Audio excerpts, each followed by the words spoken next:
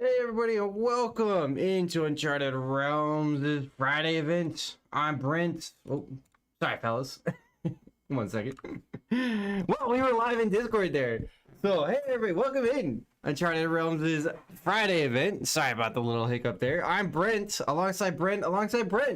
Exciting there, because I'm going to bring you a little bit of awesome Blitz action, as we've got Paulo here out of Brazil, trying to throw down against Tyler. Paulo's got the Briar against Tyler's Ice Lexi. So this is going to be pretty cool. I'm excited to see this. Big fan. We have a Ice Lexi going first with the Bolt in shot after loading in with the Voltaire. That one came in for 5. And then Tyler will just Arsenal and pass along. How are you guys doing today? Let me know. Are you enjoying it? Are you having a good time? I know I'm having a great time today. Should be a pretty fun event. So if the display's a little wonky today, don't send too much hate. Don't hate too much. We'll get it. It'll get there. It takes a second to get used to it throughout the day, but it'll be a good time regardless. So hope everybody's new year was good. Christmas was good. I know I'm super excited for the card previews coming up. Ravenous Rabble Red here out of our Briar player. Paulo sending it pretty spicy. That's all blue on top though, so only 2 there. Tyler's like, yeah, you know what? I'm gonna make sure I block that with my equipment. Smart call. I like it. It goes away though, unfortunately. But that's Perch Crapplers for you. So Briar v Lexi, I like the Ice Lexi in this matchup a lot. I think Ice Lexi just disrupts the hand enough with the discard with the Frostbite tokens there that it makes it a very tough time for just Cheerios Briar. We have an E-Strike from Paulo. Went 5. Go again. Into Entwine Lightning for another 4. Which sends Tyler down to 11. He took it. He took both. Took 9 there between the two of them. So Tyler's got a great hand then on when he comes up.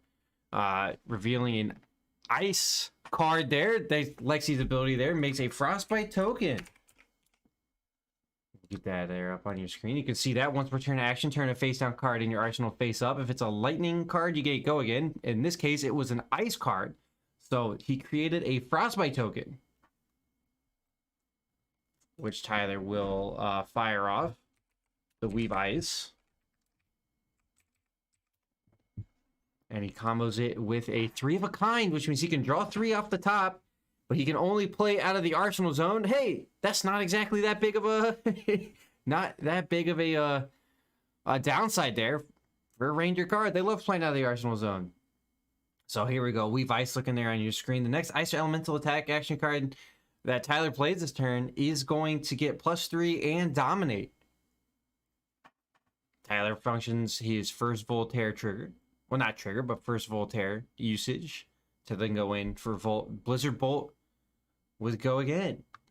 It is going to fuse, so it's going to get the Weave Ice +3 and dominate. So there's a yellow Blizzard Bolt coming in for 7 dominate.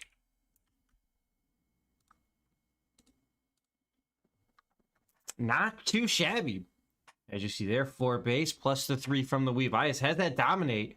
The 3 of a kind is exactly what these Rangers love to look for when it comes to extending out their turns. A lot of times a Ranger game can come down to make or break 3 of a kind. And that's why we saw Tyler not choose to block on the previous turn.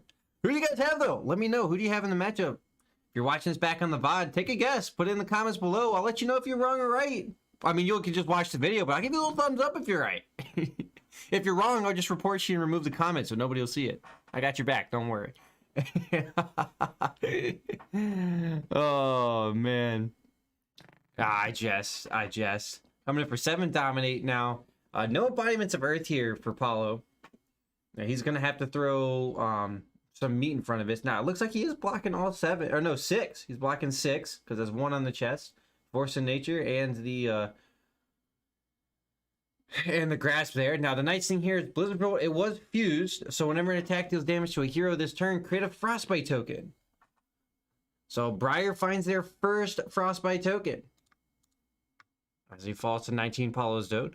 Frostlock, as of course, still fused with that pulse that was in that hand earlier. This is of the blue. Frostlock is very good, which I'm a little surprised we didn't lead with, because this one's only coming in for 5, because it was fused, and then the Voltaire +1. If I have the color right here, yep, I do. So, if it hits a hero until the end of the next turn, they can't pitch or play cards with base cost 0. Well, Briar plays almost all cards with base cost 0. Now, we do see that this could be a little bit of Mountain Briar, a little Earth Briar thrown in there. Force of Nature was used to defend with already, so that could be indicative. And I see a Sting of Sorcery, which doesn't give me too much. And Twine Lightning, so yeah, it still could just be all Cheerios. So Tyler not quite able to use all the cards out of his hand, or not choosing to. Really want to get that Frostlock in, which I agree with, which I'm a little surprised did not fire it away with that Weave Ice, try to give it that Dominate. But alas, just seeing if he could sneak something in later, so I liked it. Back into Paulo's turn, he's just going to Arsenal. Oops. He's just going to Arsenal, there we go. And pass the turn back on to Tyler. So Tyler gets himself a whole tempo turn with that 3 of a kind, but he only found 1 damage effectively. Not the most value that you would love. All right, now we got a Pulse revealed. Great Arsenal choice there from Tyler. Or, I mean, it was the last card in his hand, and that's what he revealed. So we'll bring that Pulse up there for you. It's going to generate a Frostbite and give his next attack Go Again. The next Lightning, Ice, or Elemental attack this turn gains +4. Woo! Gotta love that one. Pretty good there. But Tyler's not choosing to use that flake out that he's had down there in his Arsenal zone, just powering up that New Horizon for the longest time. It did get fused. So now there's no Go Again at the moment here, because it was already down there. If it was fused, it gains Dominate. So it's 5 Dominate straight up, leaving 3.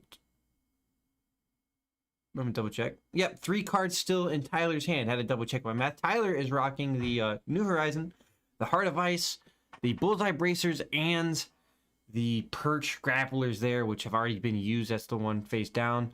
While on the other hand, Paulo, he's got more of your, a little bit of an awkward helmet choice there. You got the Crown of Dichotomy.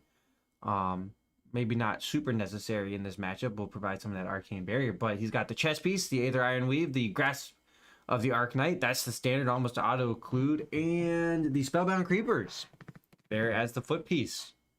So not too shabby. That allows Paulo to potentially do some pretty spicy Earth stuff with Channel Mount Heroics and some Ball Lightning, stuff like that, should he want to. I saw some kind of nasty surprise gotcha combinations there. It's like almost like the like a green deck in Magic, where you just got those combat tricks. Oh, I'm sorry. This had +4. Excuse me. Let me update that one. Let me update that one. That was 9. Because it had the +4 from Pulse. Voltaire is the call there. We had no snapshot, so we don't have a way for Tyler to fire anything off.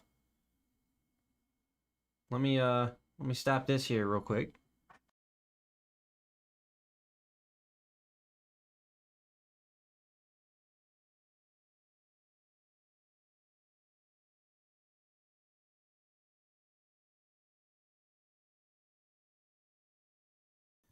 All right, yep. Well, there he goes, corrects me. I forgot about the Go Again off the Pulse. You guys are already screaming at me. There you go. This is why you guys make the big bucks, and I'm just the the police behind the screen. Let me also get the life totals updated. That's excuse me, after that last hit. It had Go Again from the pulse. And we knew that. We said it.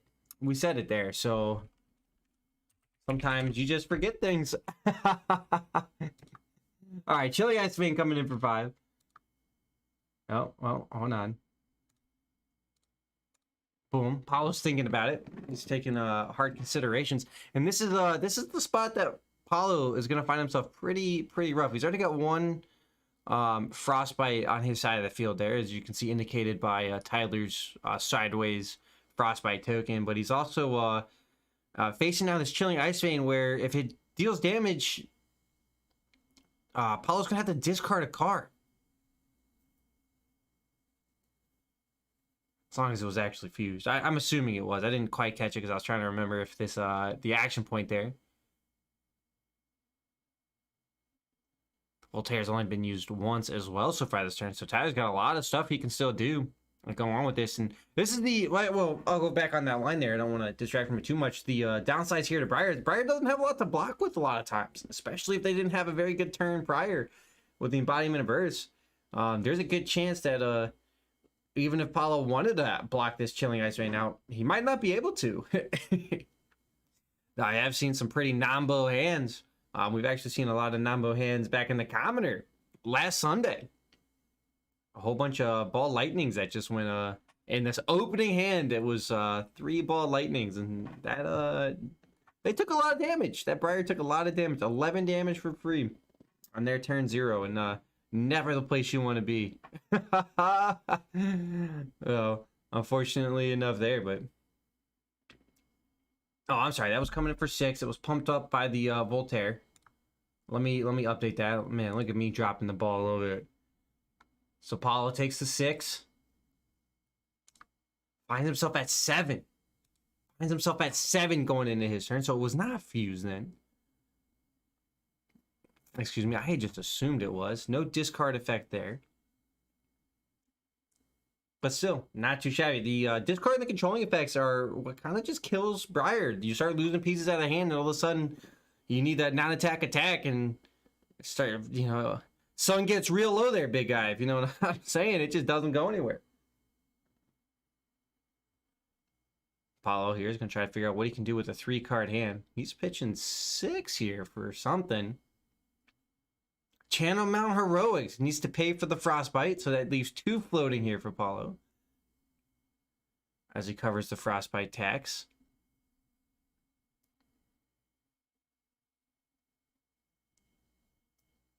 Paulo considers.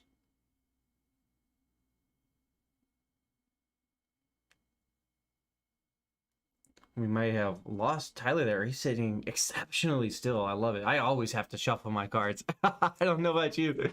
I'm pro gamer shuffle, you know.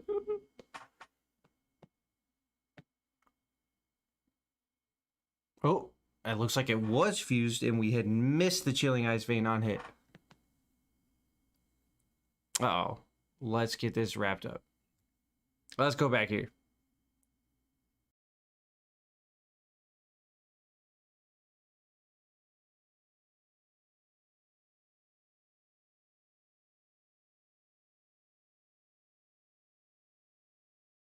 All right, looks like they resolved it up themselves. A little bit of forgetting on the Chilling Ice Vein. Chilling Ice Vein trigger, but no sweat. That's what happens sometimes over the webcam. You just gotta back it up a little bit. That's okay. It's okay. So we're gonna go ahead and resolve that one.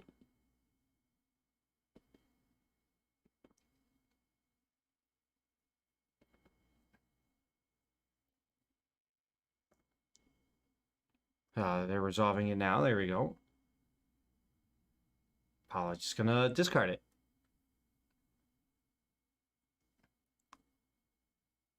All right, no.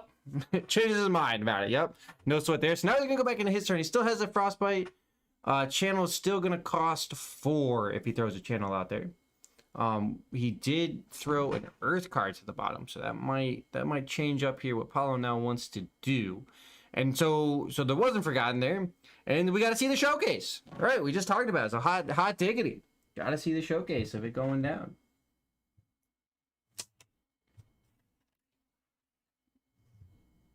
No, sweater in, and now Paulo needs an extra second here. He's going to take a look. How you doing there, Catherine? I know you're watching. sad. You didn't want to come say hello.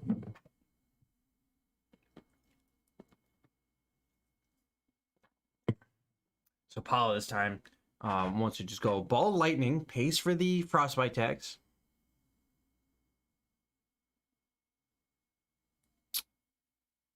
It's a blue, so 2 floating.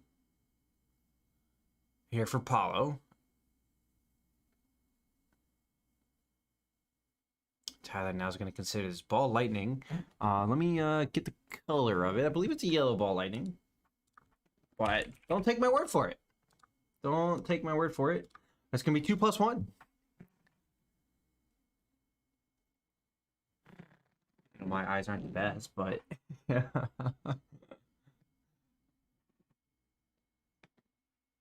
Tyler says he takes it. He'll take the 3. Because it's going to have the replacement effect there. Whenever a lightning elemental action card would deal damage this combat chain, instead it deals that much damage plus 1. So it has a nice little replacement effect there. And so 2 becomes 3. Tyler takes it. Falls down to 8. Still with the life total advantage. Our Ice Ranger has a face down card in his arsenal as well. So looking pretty solid. Here we go. Apollo paying 2 to make a rune chant and likely just passing the turn after that. Just trying to set himself up for the next turn. That's exactly what it does. So Apollo passes it away 7 to 8. Tyler sitting in a very good position. Considers his hands. Uses Lexi's ability to reveal an ice. Remember, Lexi, once per turn action, reveal a ice or lightning card. Or turn it, well, turn action, turn a face down card in your arsenal face up if it is a ice or lightning card. On lightning, get going again. On ice, create a frostbite. Apollo, he has 1 embodiment for this turn, thanks to the Ball Lightning that he might need to use to defend with. As Tyler considers his turn. Ice Fang's not exactly going to be the start there. That could have came out of the hand too, to be fair. It is not an arrow. Yeah, here we go. Voltaire coming in. Bolt and Shot going on. Bolt and Shot's a little rough because its ability won't happen. The reload doesn't happen because the Ice Fang is in Tyler's arsenal zone. So we have Ice Quake coming out of the hands. It is of red. It's a red flavor, which means that the next attack this turn gains +3, and whenever an attack hits a hero this turn, creates a Frostbite token under their control. So now we have Bolt and Shot, which is going to come in for 8. On hit, reload. So Bolt and Shot, while its power is greater than its base power, it has go again, and if it hits, reload. Now, the only thing reloaded is if you have no cards in your arsenal, you may put a card from your hand face down in your arsenal, which is a little bit unfortunate there for the Ice Fang. But Tyler can still play the Ice Fang, use that 1 card in his hand to go face down on his next turn, and get ready to turn it face up the next time. So not too shabby there. Bolt and Shot, great card here out of the Tales of Aria. One of the new, I say new, it's getting almost to the old realm now, due to the fact that we have preview stuff coming up this month. Who's excited for that? I'm a little sad. Cat never wanted to talk to me. Did not want to talk to me today. We'll see. Real sad.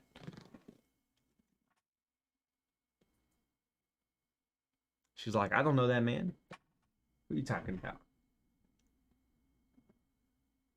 So Apollo's staring down a lethal attack here. Is this going to require responses? And this is exactly where Ice Lexi wants to be, in that control position.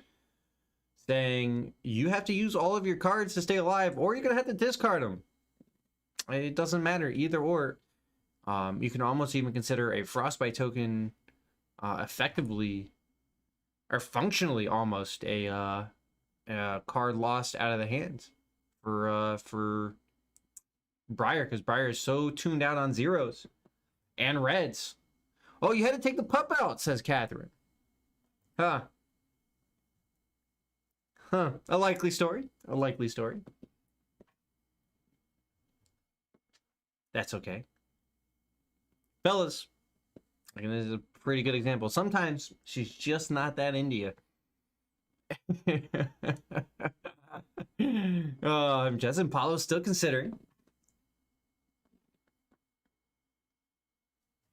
It's going to be tough for him, though. We do know he has a Channel Mount Heroic there in the Arsenal slot. And I'm going to be real with you guys. I don't know if he'll ever get a chance to bring it out at this stage. He may get a turn if he has a blue Earth card. If I'm Paulo, maybe that's what I'm considering. Okay, hopefully Ice Lexi kind of finds a lot of non-attack, just hoping. It's not likely, but just hoping that just a whole bunch of non-attack actions there. The Weave Ices, the Ice Quakes, and the like. And just hoping beyond hope from there, just has non-hands. And you can function off the next turn after you play that channel output. Paulo likely dead to rights here for the rest of the game, but he's going to try to fight back on this one. Does not have any block left, I don't think. I don't believe so. There's Captain's Call in front of it. That'll be up to 3 with the... Well, excuse me, he had 1 block on the Creepers. So it goes to... blocks 4 there. Falls to 3. And that will generate a Frostbite there from the Ice Quake. And now the Ice Fang coming in. Still has the... Oh my gosh, am I? Hold on. Frost Fang, I'm sorry. There we go. Coming in for 5 on hit. A lot of on hit effects here, so we'll go through them. On hit, if Frost Fang hits a hero, they discard a card unless they pay 2. And on hit, generate a Frostbite. So it's pretty safe to say that Paulo's turn's pretty much just non-existent. Non-existent next turn. We'll see if he recognizes that or not. I think a big difference for players could really come down to recognizing when you're going to have a hand and when you're not. This is our last remaining game of the round here, ladies and gentlemen. So once this one wraps up, we will go right into round 2. Paulo blocks the 5. Doesn't want to do anything more there, but he still has to eat through 2 Frostbite tokens. With not too many cards to do it. Paulo may end up just passing here. The Embodiment of Earth did well. It did well. Everybody else finished up early. It kind of tells me that we're not facing an old hymn, or we don't have an old hymn today. Max Thomas out of the Fighters Guild looks to be playing Ira, if I had to guess. Paulo here considers his turn.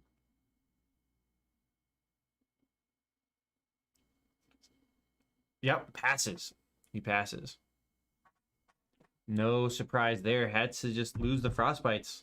That's a tough one. Nice looking metal dice there from Tyler. Big fan of it. The copper with the black. The black backing. Great looking dice as he leads it off with another great looking card. That's a foil Weave Ice. Not bad. Oh no. Uh-oh. This turn's done. Weave Ice into 3 of a kind. Likely A here. Tyler will most likely finish it off. Let me pull up 3 of a kind because I didn't get it last time. 3 of a kind means you draw 3 cards and then you can only play out of the Arsenal zone after through the end of the turn. Ranger generally doesn't care. Bullseye Bracers there, gets a free reload here for Tyler. And a nice pump effect. So +1 until the end of the turn for the card he puts face up into the Arsenal. Now, unfortunately, it has to go face up. It is a Blizzard pull there for Tyler, who then activates Voltaire. Doesn't even need the channels this game. Oh, good looking dice. I love it. Great looking dice. Oh, another Blizzard Bolt. That one's red. That's exactly what he's looking for there. Blizzard Bolt's gonna have some nice pump. So it's gonna be 7 dominated. On hit, create a Frostbite. So that was a yellow Weave Ice. And Paulo sees the writing on the wall and concedes it. So that'll do it. Great game there. Great job, fellas. Excellently played. Well done to Tyler for taking round number 1. Don't go anywhere, guys. Legitimately, round 2 is happening right now. So I'm going to throw it to the pause screen. I'm going to pair round 2, and we'll come right back.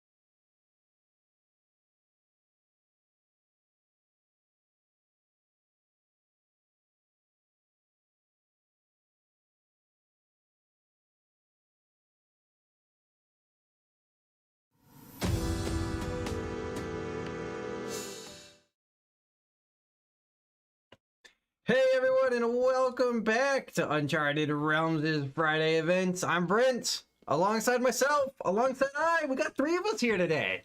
Excited to bring you round 2. Round number 2, 6 rounds tonight. You know it's always 6, of course. We just love the gameplay, love the action. Love the Blitz, to be fair. Still waiting for my Kano. I know William's playing tonight. He's on table 2, so don't you worry, fellas. He'll take this nice, easy dub. We'll get Kano for the rest of the night after that, maybe. You know it. You know it's gonna happen. Nah, I jest. So we got Kevin. Kevin, he's playing the chain, trying to get some Rune Blade Revenge against Tyler still on the Ice Lexi. A little bit of a change in equipment here for Tyler. We'll go through that first. New Horizons the same, but he's rocking the Spring Tunic, the Shock Charmers, but still the Purge Grapplers there. As Kevin starts our turn up there. And we'll get that there. Kevin himself is rocking the Skull Cap, the Carrion Husk. He's on chain. The Grasp of the Arc Knights and Snapdragon Scaler. So I love seeing the chain. Pretty good. Already has himself a Soul Shackle. And some damage, to be fair. Already has 2 damage. You guys firing off too early. Another Unholy Rites for 4. Wow. There you go. You love it. Send it double of these. So there we go. We'll make that throw that in there. And man, he does not he does get he may put a non-attack action card with Blood That from Engraver and bottom deck, but unfortunately for Kevin here, does not does not have a card to put under the deck. Nothing in the graveyard. So Tyler throws 3 out there. Blocks it up, takes 1. Loads up with the Voltaire, sets himself up with the Remorseless on the following turn. All right. Not too bad here for Tyler. Didn't take too much damage. Chain did set, gets their Soul Shackle to set up. But then here we go. Cat, who is going to win? Chain or Lexi? I think I have to... I'm a big fan of the Lexi right now, especially on the tempo, the Ice Lexi. I think the Ice Lexi is going to look real good. I'm actually hoping, though, to be real, William Arcano Hero, ladies and gentlemen. You heard that right. Hero is, does not probably want to see the Ice Lexi, though. So maybe we want Chain to win there instead, but here we go. Tyler does not like to channel. Wants to get straight damage. Uses Voltaire here to load in the to load up Blizzard Bolt. That'll come across for 5. It's gonna be fused, so Frostbite on hit. 5 go again. Out of that. Cat thinks Lexi has it. Any contradictions on that? Remorse. They're sitting in the Arsenal zone, coming in for 5 as well if it does.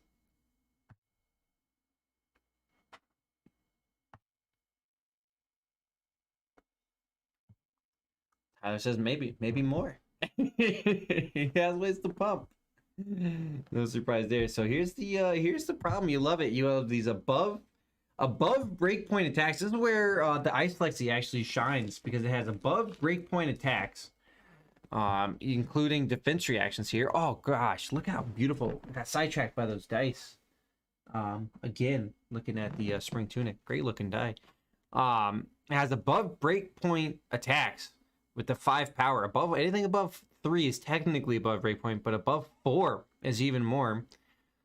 Kevin takes all 5. It gets a Frostbite. Wow. It's a little bit wild here for Chain. Voltaire coming in here. Loaded a Chilling Ice Vein for go again.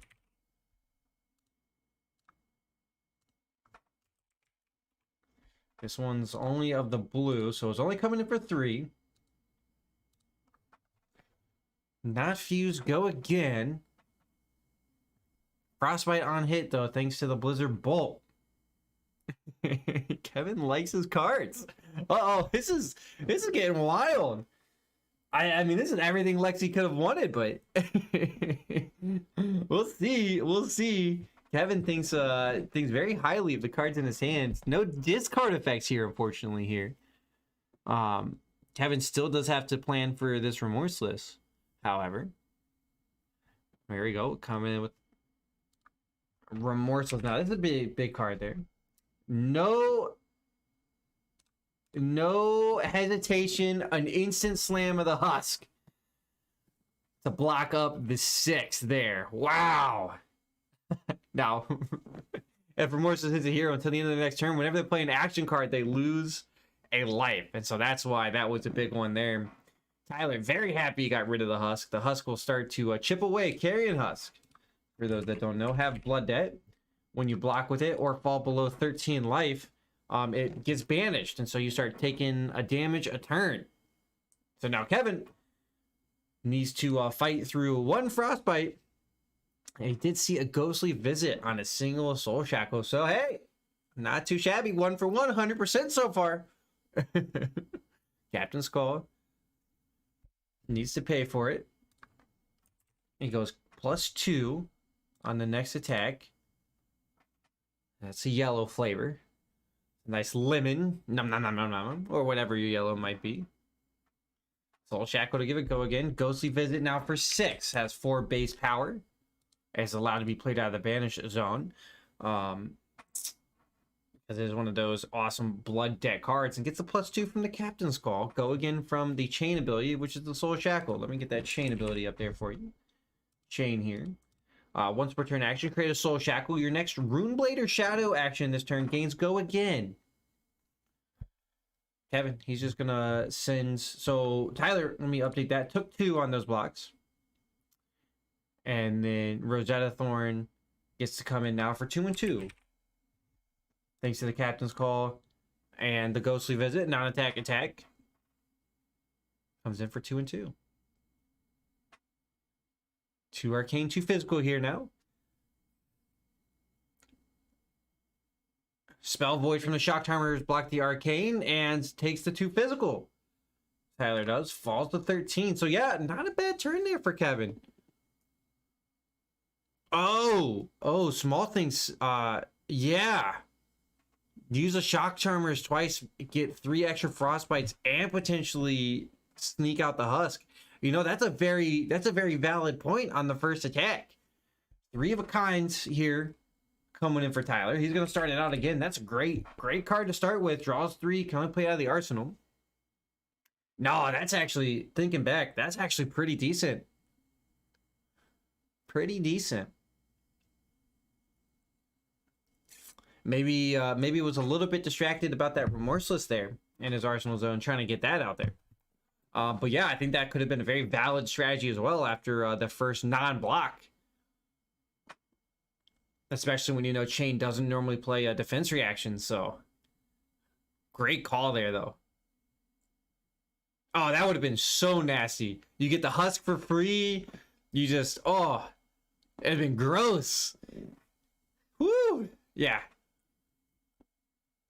Would have been gross, and he still would have had his Remorseless there in the arsenal zone. So yeah, no, I agree with that one. I think that would have been pretty solid. See, that's why you make the big bucks.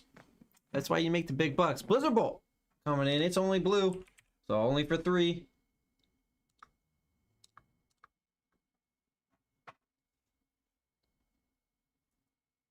No Skull Cap available here as Kevin's talking through his board state there. It is fused, so on hit, create a Frostbite.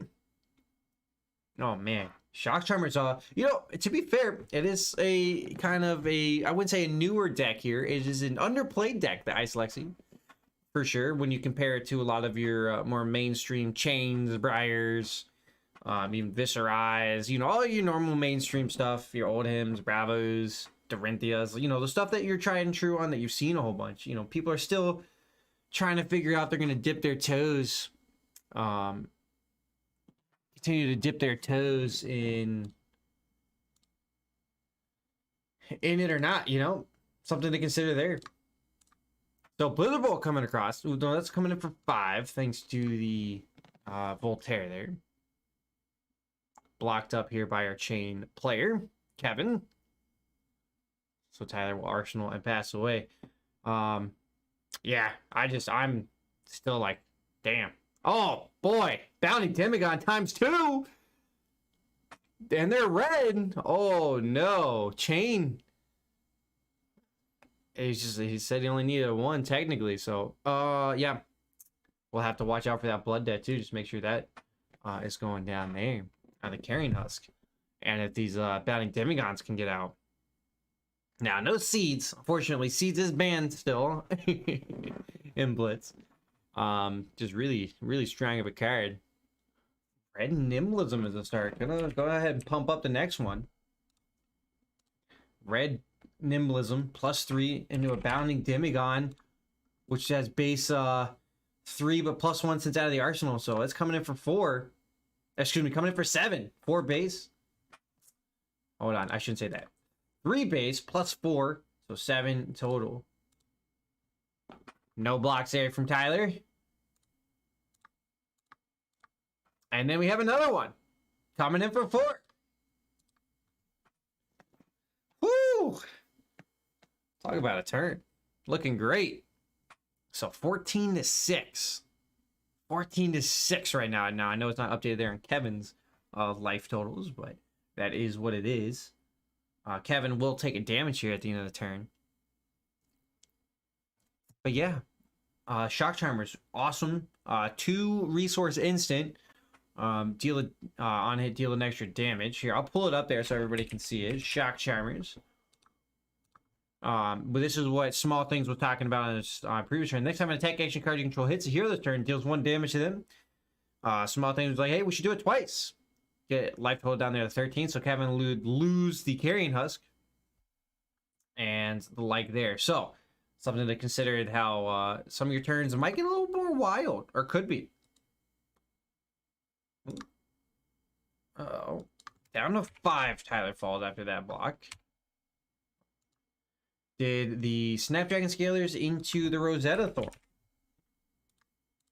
For 2 and 2. So down to 1, says Tyler. Kevin passed it away. It's not looking good for our Ice Hero, who is sitting not at -5. Sorry about that, but it's sitting at 1. Sitting at 1. Let me make sure I get the life totals updated for both players.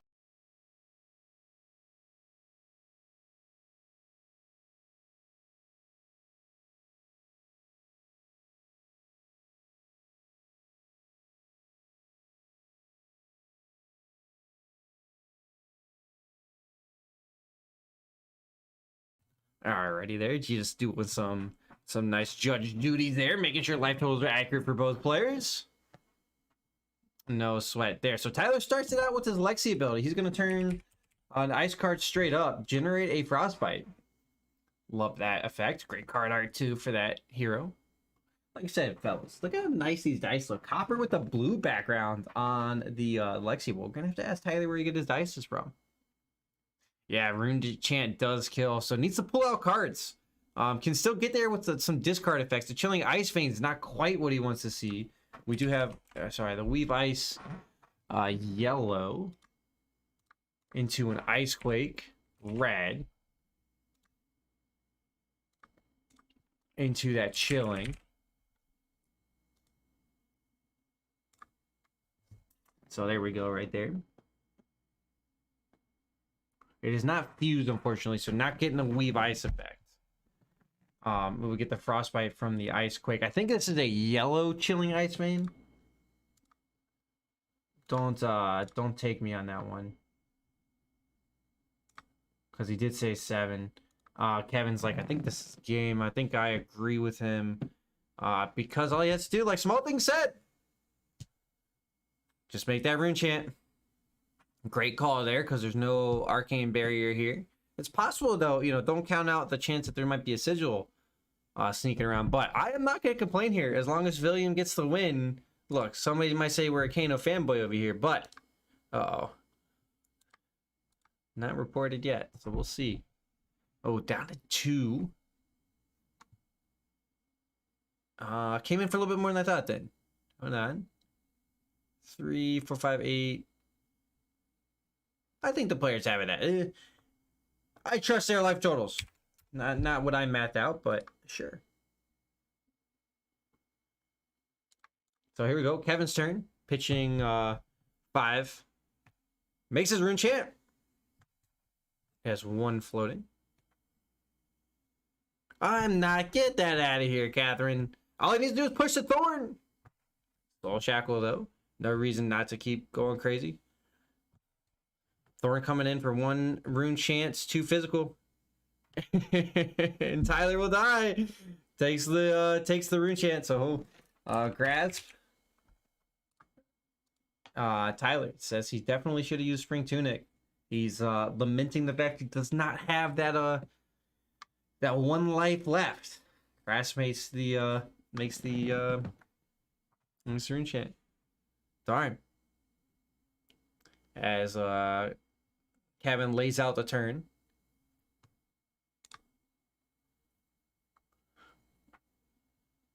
Tyler letting us know that he thinks New Horizon probably losing that is probably the make or break on that one, and I would agree with that. That it prevents Tyler from really going deep on the turn.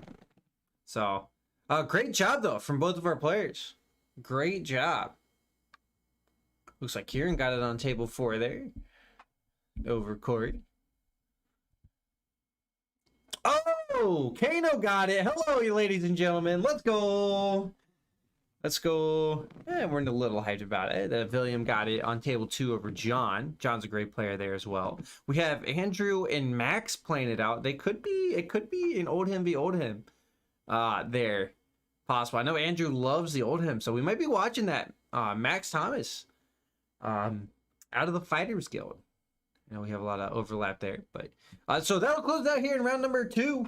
Don't go anywhere, guys. Round number 3 will come quick. I hope you're having a great time. I know I am. If you are, I'm gonna send for those like button, for those likes a little bit. Give me those thumbs up. Let me know how you're doing. Leave it in the comments below. But really, come hanging out with us on the Discord. Come find the game or just come play an event. Run 2 a week, Fridays and Sundays. Got Commoner coming up. So far, Ira has been reigning supreme. Who's gonna knock it? Who's gonna knock the Ira down? I don't know. You tell me. Bring the deck. Come play. Come have fun. But that closes it out here. I'll catch you guys round number 3. I might give you some updates through the pause screen. So that'll be your music. We gotta get some elevator music in there. You know, something cheeky. But we'll figure that out next time. All right. Catch you guys round number 3.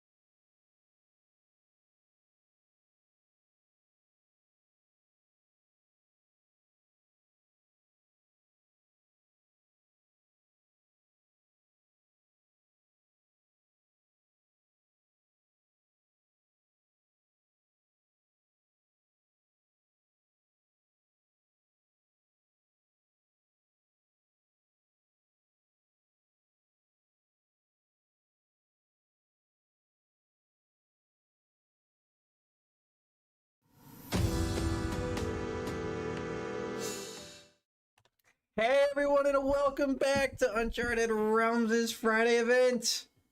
I'm Brent alongside myself, excited because we got Kano! Kano coming in here for round number 3. Kevin with the Runeblade got Runeblade Revenge against Ice Lexi. Tyler's Ice Lexi in the last round. And so we got to see now a Runeblade Chain versus our Wizard Kano.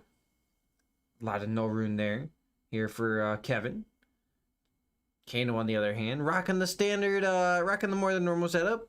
This time Talismanic Lens and the Metacarpus notes here as the only differences there for William, who was our awesome Kano player tonight. Also accompanying in the slots there is the Fade Now Spring Tunic and the Storm Striders. It is going to be the Chain turn 1 though, and he starts it out with the Gorgian Tome. Nice looking card there. Great looking mat actually as well. One of the few mats from Flesh and Blood I play with. I'm not a big fan of the squares to be fair, but Gorgian Tome gets an exception there. So that's going to draw 1. There's no other cards in the graveyard. If there were, he would draw more, but you can only have 1 in your deck. So it kind of looked like a Small Briar look there for a second, but Ghostly Visit to follow it out. If I can get it correctly there. Coming in for 4. Ooh, one of the Chain Lightnings going down in the opening hand here for William, who will take 1, fall to 14.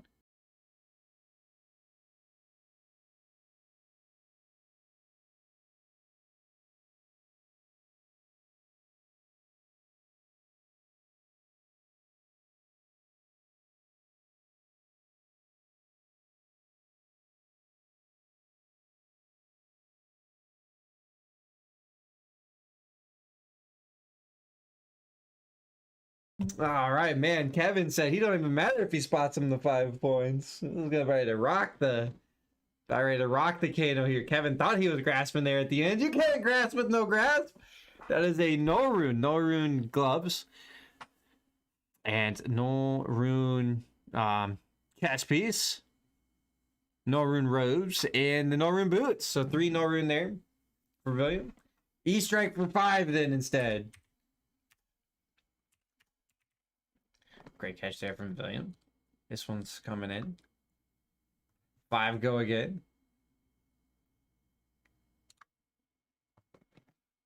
Stir and a Voltage Bolt thrown out here. And then William will block the 2 Arcane, take the 2 Physical, and find himself down at 12. 20 to 12 to start out. Not looking good for our Kano hero right now. Who do you guys have winning? Who do you have winning? Do you have Kano? Or do you have something else here? Let's see. Is everybody matched up? Okay.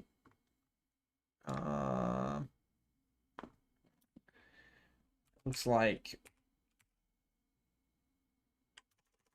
Oh, boy. Uh-oh. Try to find one player there. 1 second here.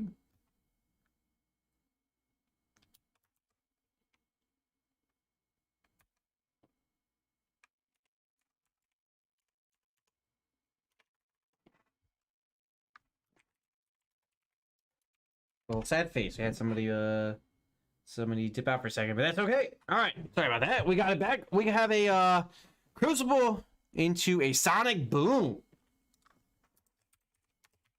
Crucible the Aetherweave. That's gonna plus up the next wizard attack by 1 into Sonic. Sonic Boom. Coming in for 4. Arcane. Oh man, Eric is getting the shaft. Getting the shaft tonight. He's had two non-games back to back. I feel so sad for him. I feel for him.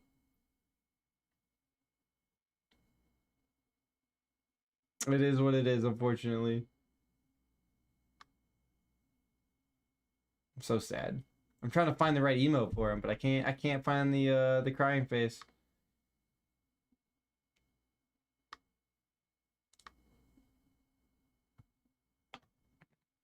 All right. Kano, Cat thinks Kano gets it here. Oh god, I miss a lot of action. I miss a lot of action here. Uh-oh.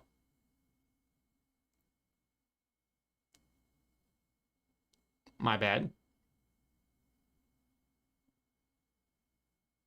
I was distracted by the admin stuff. Oh no, and this is a Kano game too. I feel so sad.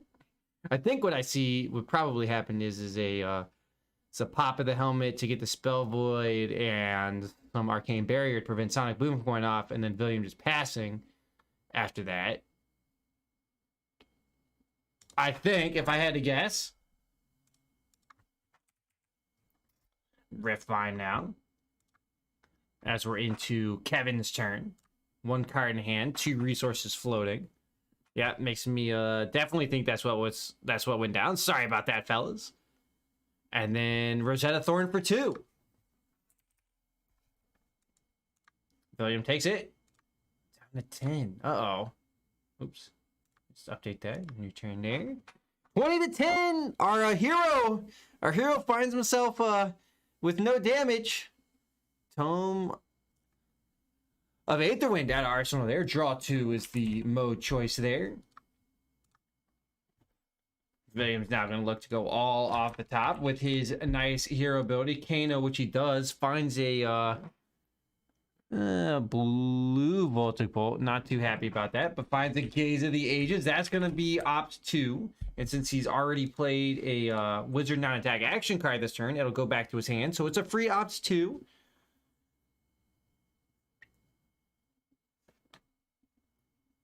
Uh-oh, the Voltic was a blue, so that is going to come in for only 3 arcane. No pump there here. There is going to be 1 floating resource. William can play that Voltic Bolt due to the Kano ability allows him to play at instant speed off the top for 3 resources. He can find it and he still has to pay the cost for the 2 there. So it costs him 5 for this 3 damage. Not the best rate in the world, but can't complain sometimes. Sometimes it's just what you get. We need some Dragon Ball Z like spirit energy going on here. Get your hands up, give it to him, you know. William needs it. As Kevin takes the 3, hot damn, get the first bits of damage, or hot darn. Oh, now we got an actual Voltic Bolt here. I love it. Red Voltic Bolt this time. This one's coming in for 6. All thanks to that Gaze. Now, Kevin's a little bit hesitant because the Gaze, he did leave top, and Kevin thinks it's blazing. He's not going to lose on the spot.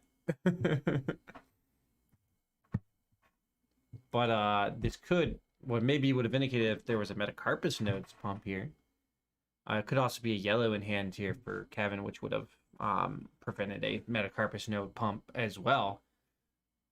I'd love to see Layton, but with the 1 resource, it could be really anything, to be fair. It could be a one for with a blue in hand here. It could be 1 for 3, so it could be 9 damage. It could be 12. That's the fun thing about playing against Kano. Well, 9 damage for the rest of the turn, or 12. Oh, Kevin takes the 6. He guesses right. Says he's a smart cookie after that. And yeah, he guessed right. That could have been spicy. So Kevin, Soul Shackle's not finding anything. Sonata, 3 cards in hand, 1 in arsenal. This is a big turn here for Chain. We may see Kano try to go off. Kevin is in range. I will say that, but not likely. All right, Sonata does hit. Let me actually type out instead of watching. I'm just too engrossed in it. It's gonna come in for 1. Okay, William takes it. Now William can keep at least 2 cards in the hand here to function off a little bit more damage. Get Kevin down around 8-9 life. It'll be super doable. It's a kill on his opposing turn. Ooh, Belittle though. We're getting a nice Belittle does activate the additional, or does have the additional cost there. Reveals a Rift Bind. I believe that was a blue Rift Bind, maybe. William blocks 3. Well, first we get the search, and then we get the block 3.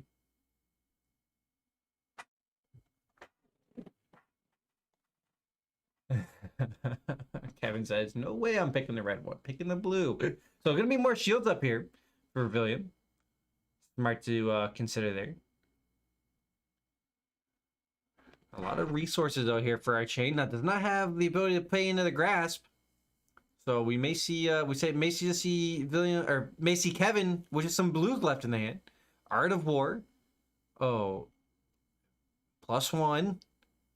And Banish. There we go. Hold on. We'll see if William goes off.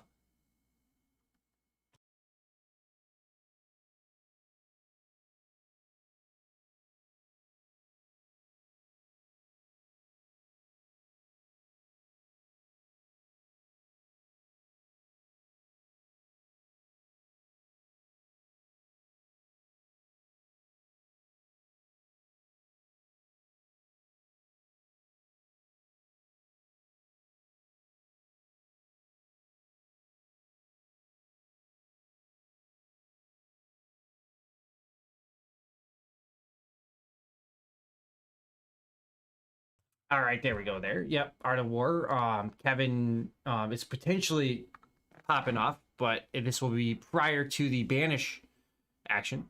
Allows the banishing to happen. So Kevin will draw 2.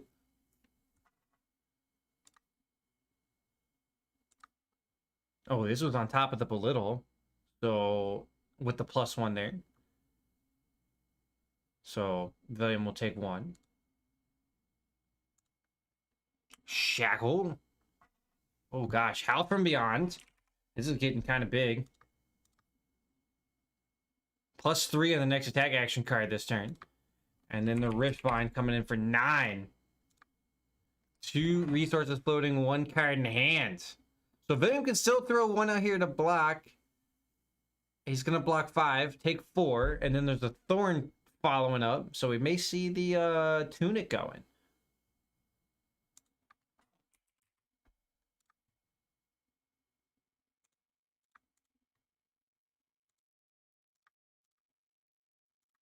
There we go there. Sorry about that. Down to 2 William as he pitches for the Arcane. Takes the physical, leaving no cards in hand there. Didn't have any more left to block because that was a an energy potion. And not looking good for our heroes, ladies and gentlemen. But he is Tunic gonna go up to 3 as William passes the turn after taking it up to 3. And so Kevin has a complete tempo turn, banishes. Uh-oh. Another double bounding demigod. Uh-oh. Oh no. Getting put on ice. I hate to say it. Soul Shackle going on. Thanks to the chain. Soul Reaping. That will banish a card, generate a resource. That's going to have the 1 floating there. Nothing William can do about that.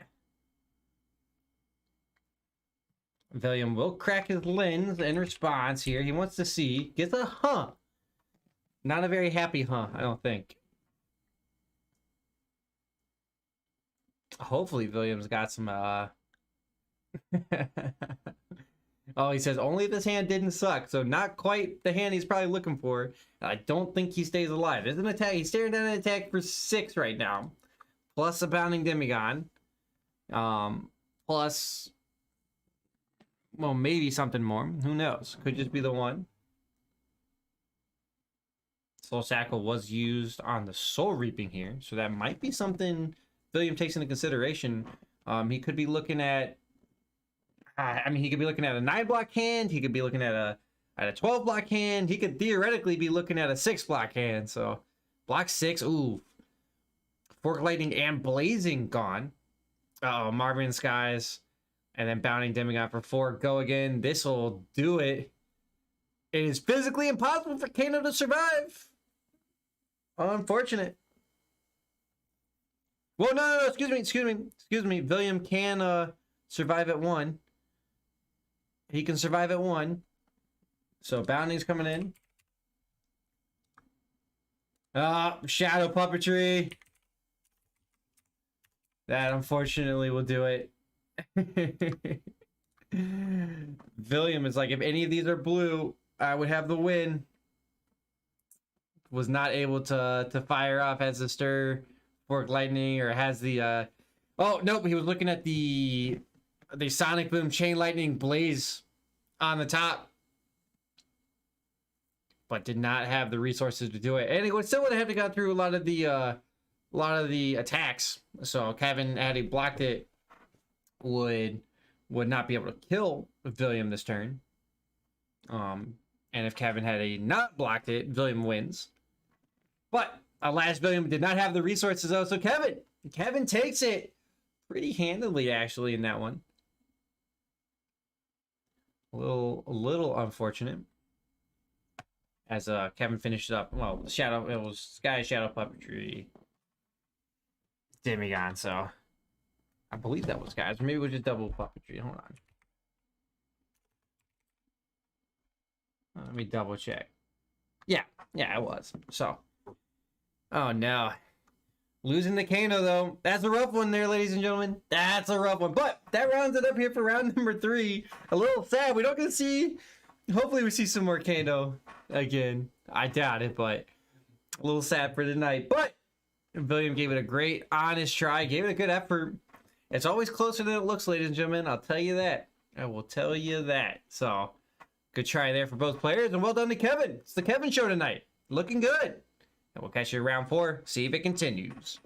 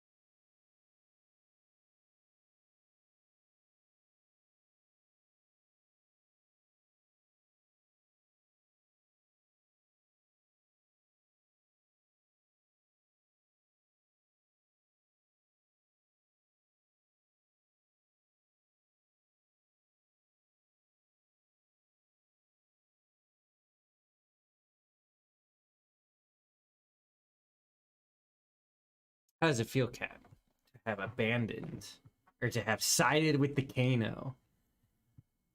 I'm not even under duress to then accidentally have that Kano lose, and you could have just voted for the chain or for the non-Kano. Just remember that you caved, and you can never take it back.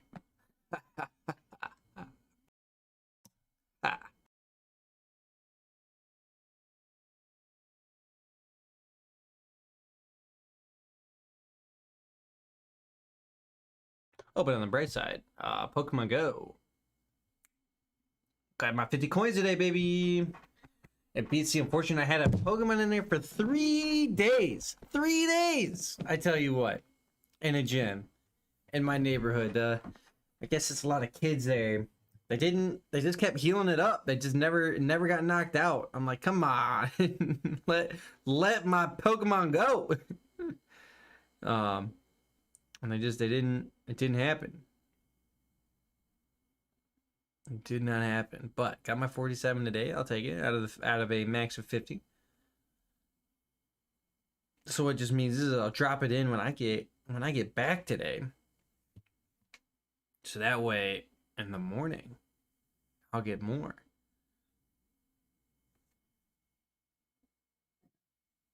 Oh, Kat says she tries to play it off because she's like, whoever I vote for loses. So she was trying to curse it. How dare you?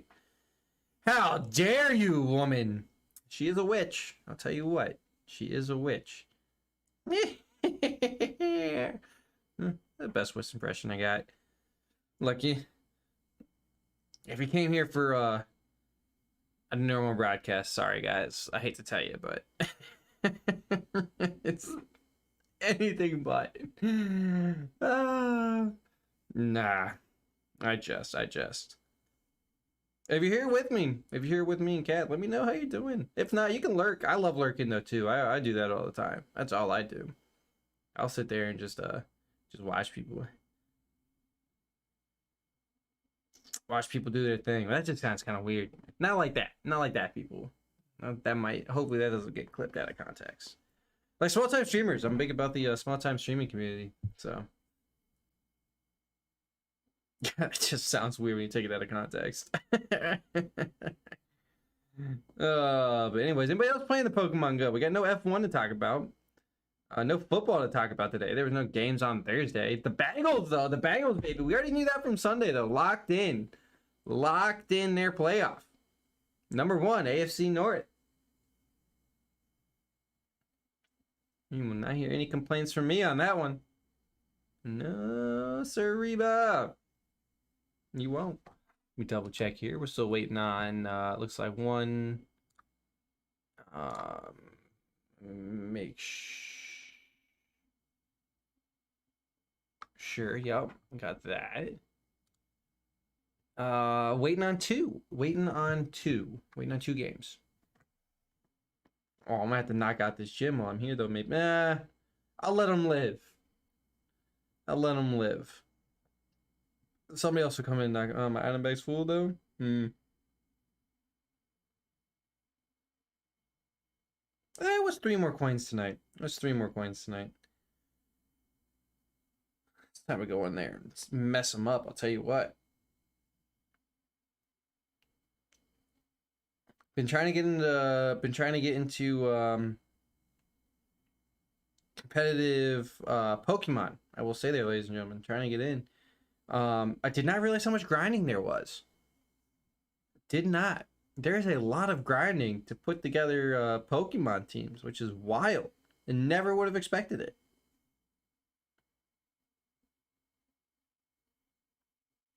It's crazy. Now, you know, I don't do any like the glitches or anything else like that. Like I do them up straight, but it's like getting everything together is wild. I still got to get into that whole like breeding stuff. I'm not 100% on that at all yet. Or like as in I don't have it set up to just run through it yet. But eventually that'll happen. Right now on the Brilliant Diamond Silver Pearl. Looking to hopefully the ladder comes out for that, right? Because there's a chance that there's no ladder for that, and I wasted all this time on Brilliant Diamond Silver Pearl for for a game that doesn't have any competitive events. I'll be a little sad. But you know, we'll see. I did try my hand at some of the Pokemon card game for a little bit, a few years ago. Had a good time on that one. We'll say it's not a bad game. It's a little bit solitary. So if you're big into just doing your own little combo thing, it could be a good game. Could be a good game for you. Not a lot of interaction is I think the big deal though. There's a lot of sitting around waiting for your opponent to finish their turn. Kind of like Magic a little bit. Oh, I definitely didn't need to Hydro Blast that guy, but we did. Looks like we're down to 1 game left.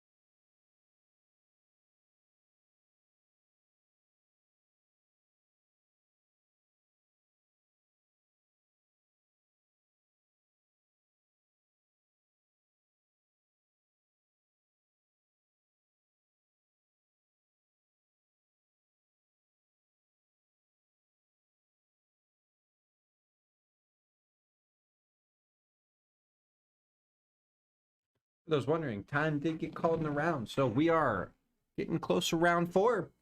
Round 4, getting close.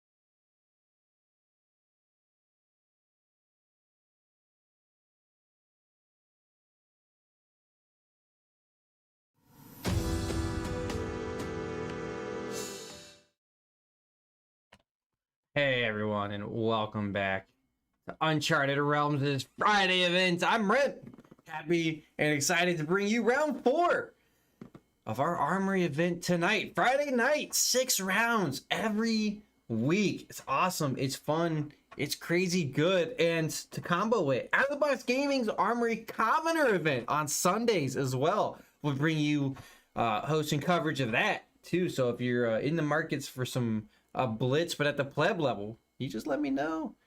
We'll get you in on that Sunday event. It's every Sunday at 8 p.m. Eastern, or at 2 p.m. Eastern Standard Time.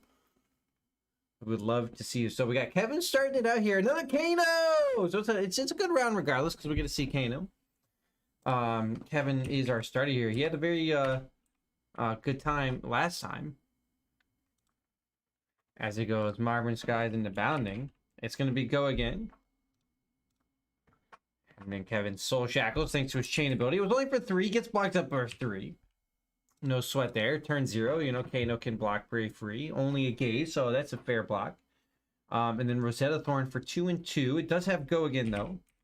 I like this here from our Rune Blade player. Shadow Rune Blade. Get cards out of the hand.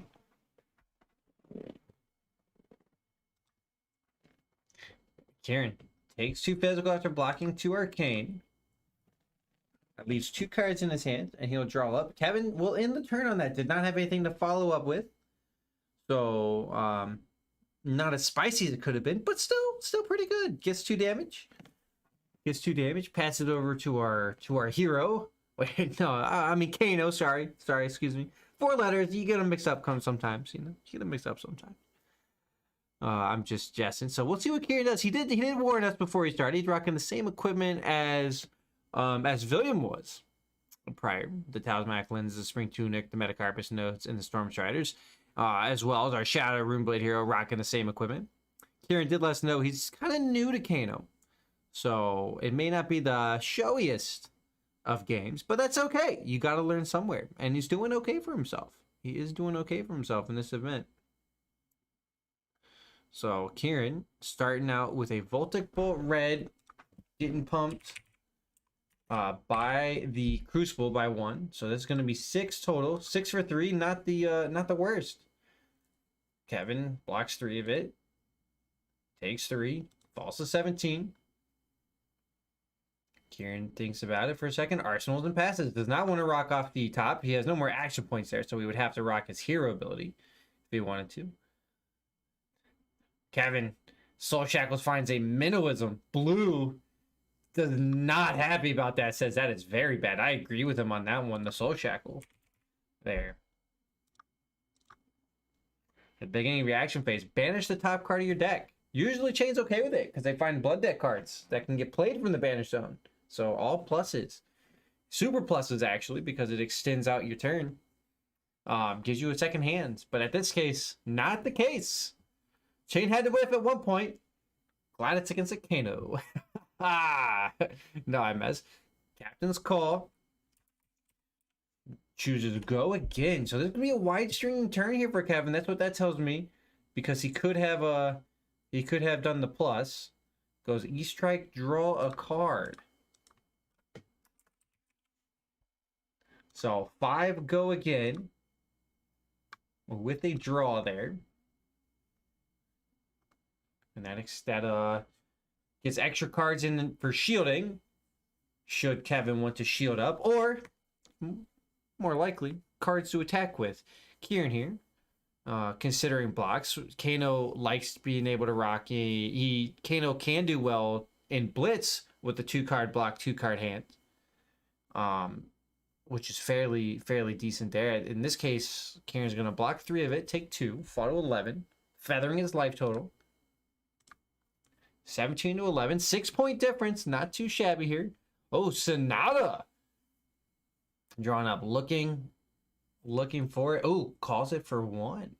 So he wants to go deeper. So he wants to look at 4. Attack, non-attack, attack. Ooh. Yep. Only gets the 1 though. So paid resources for free, unfortunately. Kevin chooses the E-Strike. Sonata does come in for 1 arcane. but there's no more attacks to follow this up. Well, except, excuse me, the Rune Rosetta Thorn will come in. Ooh, Kieran blocks a stir, or blocks the arcane with a stir. Does not want to set up. So Kevin Soul Shackles, thanks to Chain, just to get the Soul Shackle, and then comes in a Rosetta Thorn for 2 and 2. I would have loved to have seen Kieran maybe pitch a blue there instead of the stir. Save that stir up for a future turn. But alas, does not. Oh, Kevin gets 4 points of damage across. Sends Kieran to 7. So 10-point total. Not too bad, though. Not the end of the world. Kano still in a great spot here. Needs to get, needs to get 6, 7, 8 damage here this turn, or at least threaten cards out. Oh no, Kieran just goes Force Lightning for 4. That's pretty bad. It's not what you want to see, especially with the stir going to the bottom. But Kieran there does not have a lot of cards to work with in hand there. Did not have a lot of resources. We don't really know what's in his arsenal slot. Kevin blocks 2, takes 2, falls to 15, and this is looking like Chain's game again, unfortunately. At 7 means that Kieran's going to have to fire off with no setup, and we know a stir is at the bottom, and a Fork Lightning's already been used.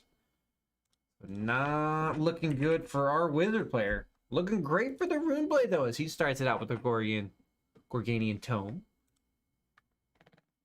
Or Gorganian Tome, depending on how you want to pronounce it. Solid side here for Kevin. Kevin knows he's pretty safe because, now, to be fair, if Kevin goes 2-ham, there are lines here for Kieran that he can find 18 damage. It is there. There are 18 damage combinations available, but a lot of that comes with no block, no arcane barrier. So Kevin would have to use all the cards out of his hand to make that kind of a viable strategy there. But it is possible with the Chain Lightnings, Reverberates, Lessons in Lava.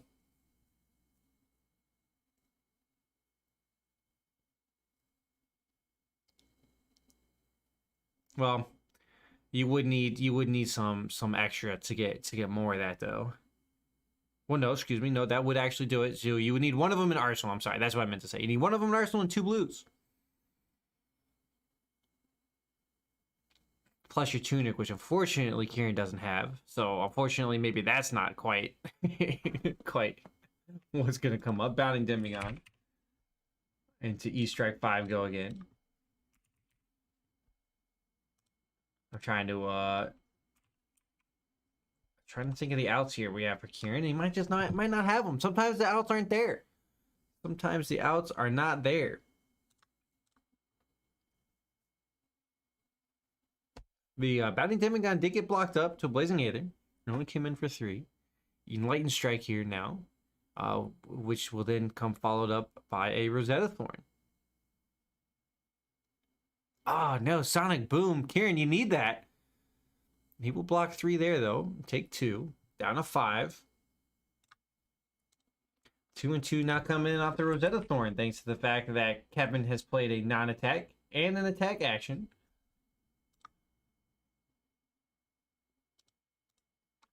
Kieran will take all 4 down to 1. We're in Bad News Bears territory. Kieran needs to find 15 damage over the next 2 turns.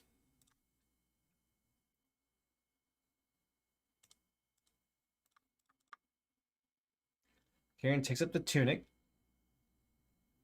We get a pump. All right, here we go.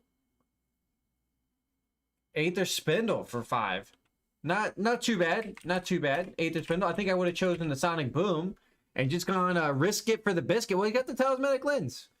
But alas, this Aether Spindle is coming in for 5. Will allow Kieran to opt and set up his next draw. This is where I would have loved to seen the Sonic Boom with the Talismanic Lens. You got to use it at some point. Or he's going to have to go blind at some point, Kieran is. Because he could have potentially strung together a nice Sonic Boom turn there, or force cards out. Now, to be fair, Kevin does still have his helmet there, which is going to get that Spell Void. We'll pull that up right now. That would be the Ebb and Fold. He can Spell Void 2 with that. He can Spell Void 2 with that, so he definitely could have blocked the Sonic Boom. So maybe this is good. Both Blazing Aethers are gone. That's the ask from Kevin. As Kieran checks the discard, or checks the graveyard there. And pull this Aether Spindle back up. Uh-oh. Oh man, this is where I would love to see that Sonic Boom. Kevin says his hand's so bad. He said his hand was so bad. Sonic Boom and a Voltic Bolt can be pretty good. All right, here we go. Kevin prevents 4. Using that Ebb and Fold. We'll take 1. Down to 14. It's not the worst. At least pulling cards out is great. Likes the one on top. It's probably blue. If it's blue, he wants it on top. Or maybe a Lessons. That's about what a blue, a Lessons, or a Sonic Boom is what Kieran wants to see on top there. Oh, 3 cards there. Finds a Rift Bind. Kieran really needed a whiff. Does not get it. Oh, Kevin. Solidly in the driver's seat, though. Solidly. Nimblism. Uh-oh. Getting big here. The big thing, though, is that cards are going to be pulled out of the hands. Riftbind for 7 go again. Shields are down, though, so if Kieran's got Stir Fork Lightning Metacarpus here, he finds 14 and wins the game. But alas, I don't think it's set up. No resource floating, no cards in hand. Shields are down. It's time to go, baby. Well, we'll see. Riftbind gonna come in for 7. Oh, uh-oh, I hear blocking here from Kieran. Which is not the worst. It's not the worst. If he blocks, he's gonna have to use his Tunic if he wants to do 2 cards, keep 2. Which is not the worst, actually, here. Giving up that banked resource, or what will be a banked resource. Kieran could also potentially decide to make the decision of block 3 cards out of the hand, keep his banked resource on the Tunic, fire off with the 1 card in the hand, 1 card in arsenal, and or just set up for a future turn. But shields are down. Shields are down. If he can find 14, Kieran's trying to math out the turn. He would need both of his blazings are gone, though. That's going to change the math here. With Kieran opting 2 on the Talismanic. Let's see what he sees. Or let's find out where they're going, top or bottom. Talismanic limb means he gets to opt 2. I'm a big fan of rocking the remember, this is in the face of a lethal attack for 7. He likes them, puts them around. So maybe some tomes here. Tomes of the Aether Wind or Tome of Faendal will will net resources / card advantage.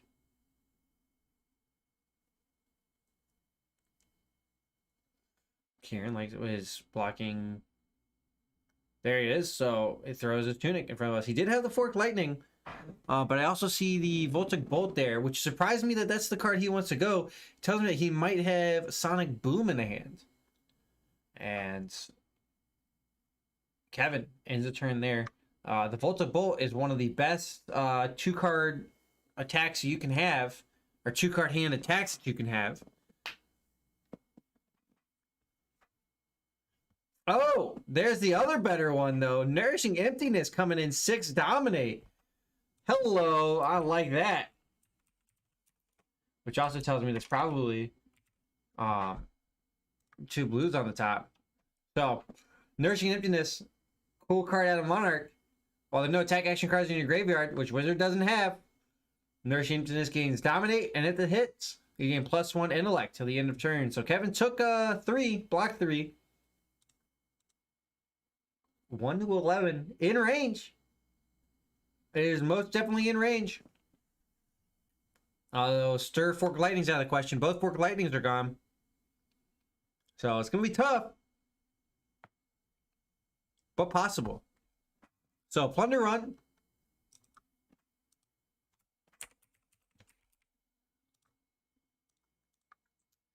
Into Bounding. Not hit. Draw a card. Doesn't matter. That came out of Arsenal, so +3 there. I'm coming in for 6. Or 7. I don't remember. I'll call it 6. Blue Foreboding Bolt. Not going to be what Kieran wants. Spins the wheel again. So I said you're going to have to go blind at some point. Uh-oh. Another blue. Send the music. Cue it up. Oh, no. Arcano here on table 2. William falls to the Oldheim. Falls to the Oldheim. It's a bad day to be a wizard, boys.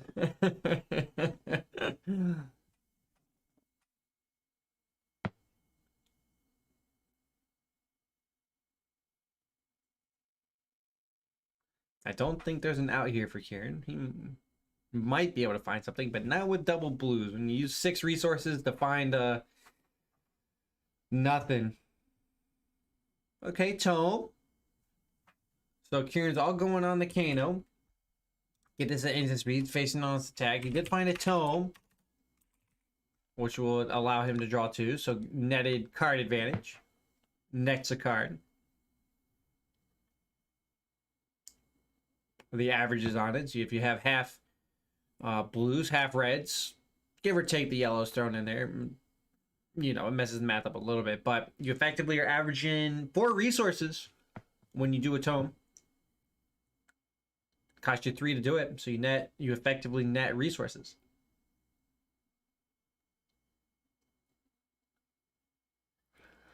Kevin says, "Oh, Stir Forks, maybe Stir Forks," but no. What we could see, maybe a Stir Sonic Boom for 6 into Voltic Bolt for 5. That could do it. I think the Voltic Bolts are gone though.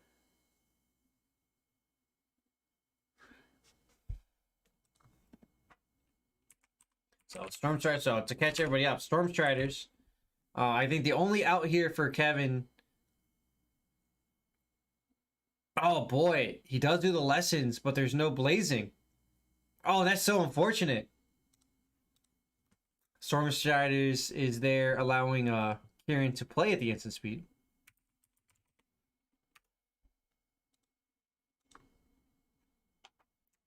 Lessons in Lava coming in for its own his own 6. Kevin takes... Oh, he had a card in hand. I'm sorry. He has 2 cards in hand still. So blocks 3 down to 8. This is not the turn where he had Kieran goes Tome and keeps running around. So with the block, the Sonic Boom and the Voltic wouldn't have been there, but because he doesn't have the blazes, it's a little bit rough. He does still have 2 blue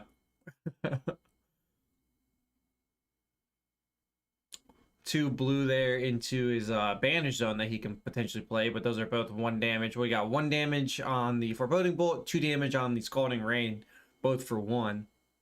About the best rates.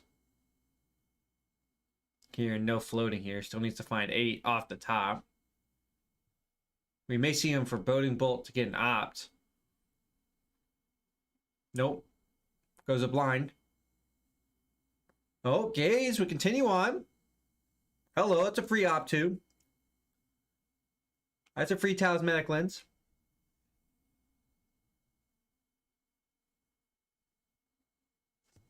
Or maybe I should stop being lazy. I'm watching though, you know.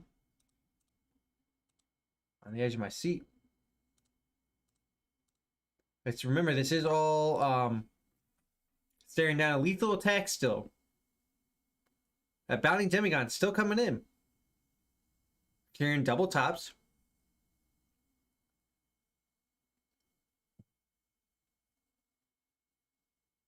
Hey, we might see something here. Kieran, he's getting there.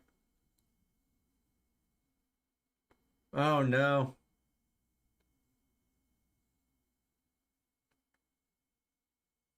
He left a blue Voltic bolt on top.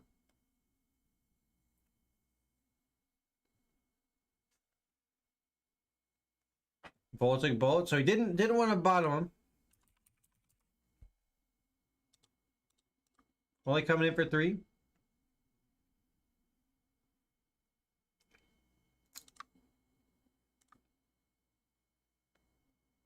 On the 5 in the Scalding Rain gets blocked up.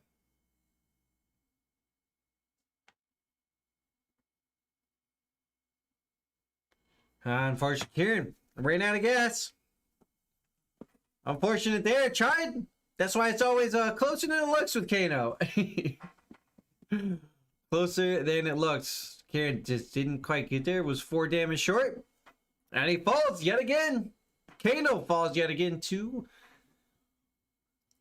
our Runeblade Shadow figure here of the chain. Kevin doing an awesome job closing out rounds, dropping bodies, taking names. But you love to see it. So sounds good there. We're waiting on 2 games and we'll get round 5 going. Don't go anywhere. Round 5 will be back shortly.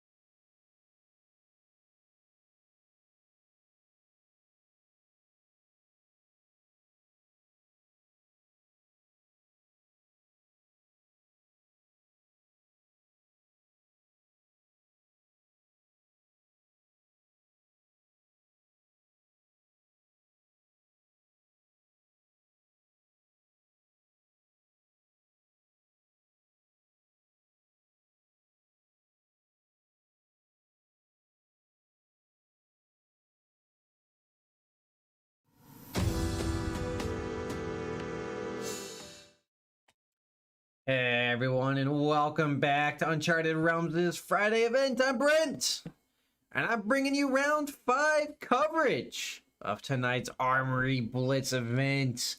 It's been a fun one so far. So far, it's the Kevin show. When Oscar's not here, Kevin shall appear, is apparently what happens. So, you know, such is the life. So, Kevin doing a great job here on Chain, just kind of running the show here. He's knocked out 2 Kanos. He's knocked out 2 Rune Blades, one of them Chain, one of them Briar. So Kevin having a great time. He's trying to nail out the Ira. So the Ninja this time. Kevin choosing to rock back into the same equipment he had with the... Oh no, excuse me, he faced down a Lexi. I'm sorry. He faced down a Lexi. That's what it was. Not the double riders. It was the Lexi. I think I said Chain, but no, it was a Lexi Kano that we saw from him. Rocking the Skull Cap, the Carrion Husk, and the Grasp of the Arcanite, and the Snapdragon Scalers again. He's up against Michael on the Ira. Kevin is our turn 1 player. He played a Tome and just found all attack actions. Tome of the Arcanite there, so he's real sad. That's what he says. I feel it there. I feel it. He needs to reveal, if he reveals a attack and a non-attack action card, he can put them in his hand. But alas, he did not. Kevin makes a Rune Chant. Makes a Soul Shackle and passes the turn there. So nothing crazy. We're over. Going to look at Michael now. He's our tempo player on the Ira. Ira, speaking of, has been doing absolutely wonderful in our commoner events. Michael's rocking the Mask of Momentum, the Fandao Spring Tunic, opting to use the No Rune Gloves over the Breaking Scales there as his Arcane Barrier option, which is a great choice there, and the Snapdragon Scaler. So pretty standard for everybody. Michael, he's leading in to a Kodachi for 1, followed up by Command and Conquer for 7. I love that. Thanks to the Ira. +1 ability. So, taking 1 did Kevin on the Kodachi. He falls to 19. No surprise there. Most players will just take the 1 until it gets later. But that's how Ira eventually controls you out. Or fatigues you out. / kills you. Ira is not necessarily playing to fatigue you. But a lot of times you get the Kodachi fatigue because you get 2 cards for each Kodachi. Or you get a card for each Kodachi. And then... each of your following attacks will also generate cards. Once you get your opponent chipped away down to 1. It's death by 1,000 cuts practically. And it's 7 cuts right now coming in with this Command and Conquer. Kevin likes his Arsenal card, so he will throw out 7. 2 off the Skull Cap, thanks to him being at less life. 2 on the Grasp, and the Riftbind for 3. So that makes 7. Michael says, okay. I'll take a card and attrition some equipment. Passes away. Michael pretty happy about that. And I had to say, yeah, I'd agree with that one. Pretty decent. And remember though, Kevin does have a Rune Chant available here. Finds a red ghostly visit off the Soul Shackle. And a Plunder Run from Arsenal. That's gonna be wild. +3, and the next attack action card that hits this turn, Kevin will draw a card, thanks to the fact that it came out of Arsenal. That's the +3, the draw a card whenever it's normal. Soul Shackle. And then I assume we're going to see this Ghostly Visit. We do. So Chain makes the Soul Shackle there, gives it a go again, as it is a Shadow or a Rune Blade action. And then Ghostly Visit to follow it up. So we got 1 Arcane, 4 physical, or so 1 Arcane, 7 physical. That's the wrong one there. The 1 Arcane is likely going to be good here, I would imagine. A nice job there for Kevin for splitting out the resources there. 2 resources floating, 2 cards in hand. So Kevin could also just make an additional Rune Chant off the Grasp and come in with Rosetta Thorn, threatening 5 more damage if he wants to save up a card in the Arsenal slot. For a following turn, or more likely just play out some meaty attacks. So Michael not gonna look to use his equipment to block too much here. All of it has some specific values. Takes the 1, says Michael.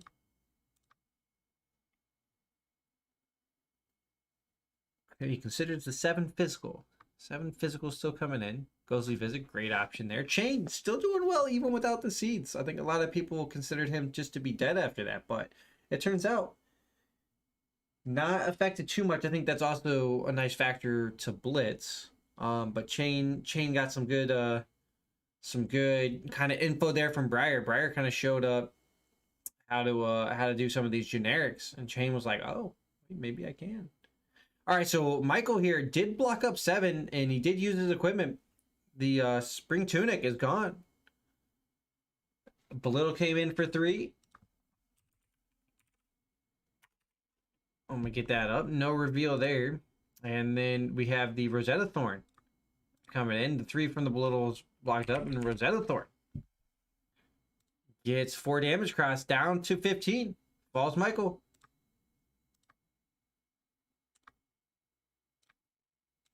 Michael on his turn just says, you know what, I don't have much to do, so I'm going to Arsenal and pass. Kevin, full tempo turn, 4 life up.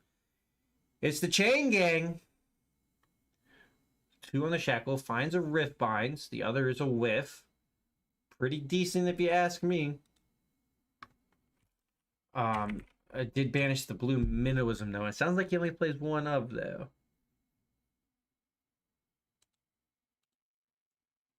Doesn't seem he's too happy about it. Just to lose that card maybe means he has another Belittle in hand. Yep, he did. Okay. So no, he's good. He's good. He's gonna go search for the Minnowism. Oh yeah, he has to find the red one. Does not play a second blue Minnowism. So Belittle, 3 go again. Minnowism makes it to the hand. Kevin was hoping for some resources there. But that red Minnowism still is going to be fine. Kevin there is an additional cost. He revealed an attack action card with 3 or less base power from his hand. And he searches for the Minnowism. Riftbind is in the banish zone there, which could come out here very spicily. And Kevin will also have Soul Shackles to extend the turn. So Chain actually represented pretty well in Commoner. We're speaking about Commoner there for a little bit. Chain because of his ability. Commoner, one of the biggest problems, or at least in my opinion, is being able to string along your turn and generating the go again / the extra action points. And Chain naturally does it. Comes on top. So here we go. So Michael. No blocks, ghost reactions, blue Flick Flack. We'll take 1. Falls to 14. Oh, Kevin has a Plunder Run. We're going to see Plunder Run Minnowism maybe here from Arsenal. Oh my gosh. But that's both red Plunder Runs gone, though. Keep that in mind. So if Michael can weather the storm, he'll be pretty decent. Yep, there's that Minnowism. No surprise there. Soul Shackle go up to give it go again. So we'll see that Riftbind and probably a Rosetta Thorn coming out. This is coming in for 11. Thanks to the fact that Minnowism says base power. Chain was broken. Not that it really matters.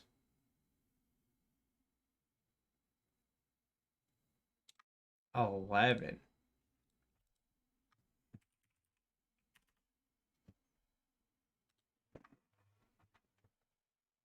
Quick Black still is active. It is just defend with. It's this turn, not this Chain. For those wondering there. It does say Chain on the Flick Flag, something to keep in mind there.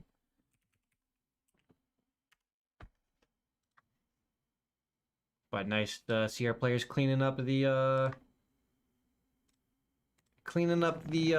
board state. So, oh, Michael reaching for the mask. Says, I might not need this. I need the health more. Blocks 5, goes to reactions. I didn't even have a combo, but he'll block 9. Needed a combo card there. Blocks for 9. Takes 2.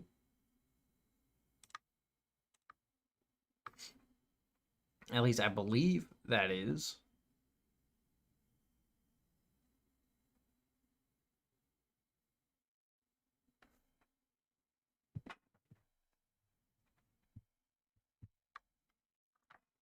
Looking to be a pretty decent turn here for our for our room plate. Red bounding for 3, says Kevin. Does not have go again.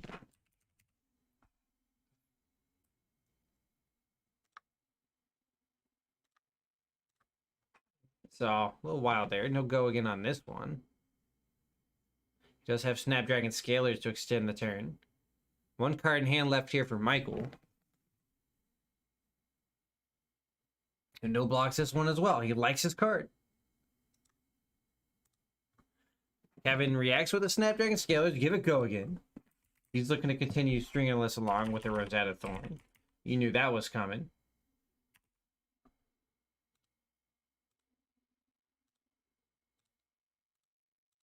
Two Arcane, 2 Physical, no blocks. Down to 5 falls Michael. Again, bad news bears territory. That's what it usually falls into. Michael's going to try to chip away for some damage, but unfortunately with no discard effects, Kevin can just use his life total as a resource, which he starts to do. Takes 1 here on the first Kodachi. Is likely going to take 2 on the second Kodachi.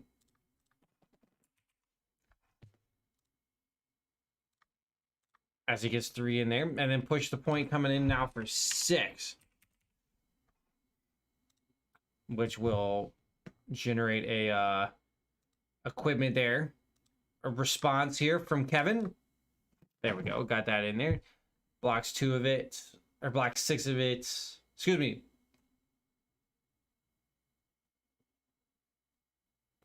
Blocks enough, falls to 16. There we go. There we go. It didn't matter. He uses mask. Too busy trying to find the right buttons here. That's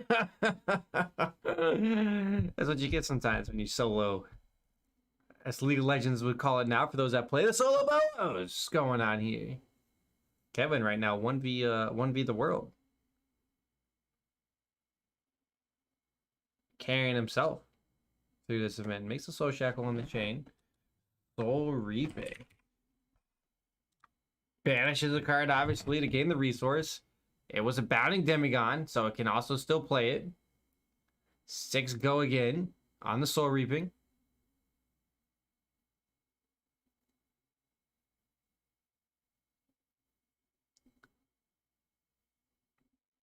With the 1 floating there.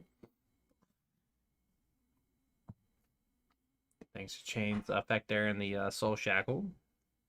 Then nice 6 go again for a -1 cost. Effectively plus, plus a resource. Not too shabby of a card. It's a great one there. Legendary Chain Specialization. Fortunately means you can only have 1 in the deck, but it's worth it. Michael here blocks 3, takes 3, falls to 2. Oh, yellow's Captain's Call. Chooses go again. Bounding Demigon for 3, extends out the turn. Chain doing a great job here. Just making wide turns. This one's a yellow one though, so it's only coming in for 3.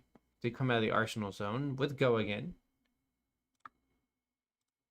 Bounding Demigon is Chain just loves these wide attacks. You thought Briar could get wide. Michael blocks 2, falls to 1. Kevin says, E-Strike for 5, go again into Rosetta Thorn. So that will be it, ladies and gentlemen. Kevin's got it. Even with the sigil, even with sigil, Michael will block 3, take 2 here, fall to 2, and die to the Rosetta Thorn. Arcane damage.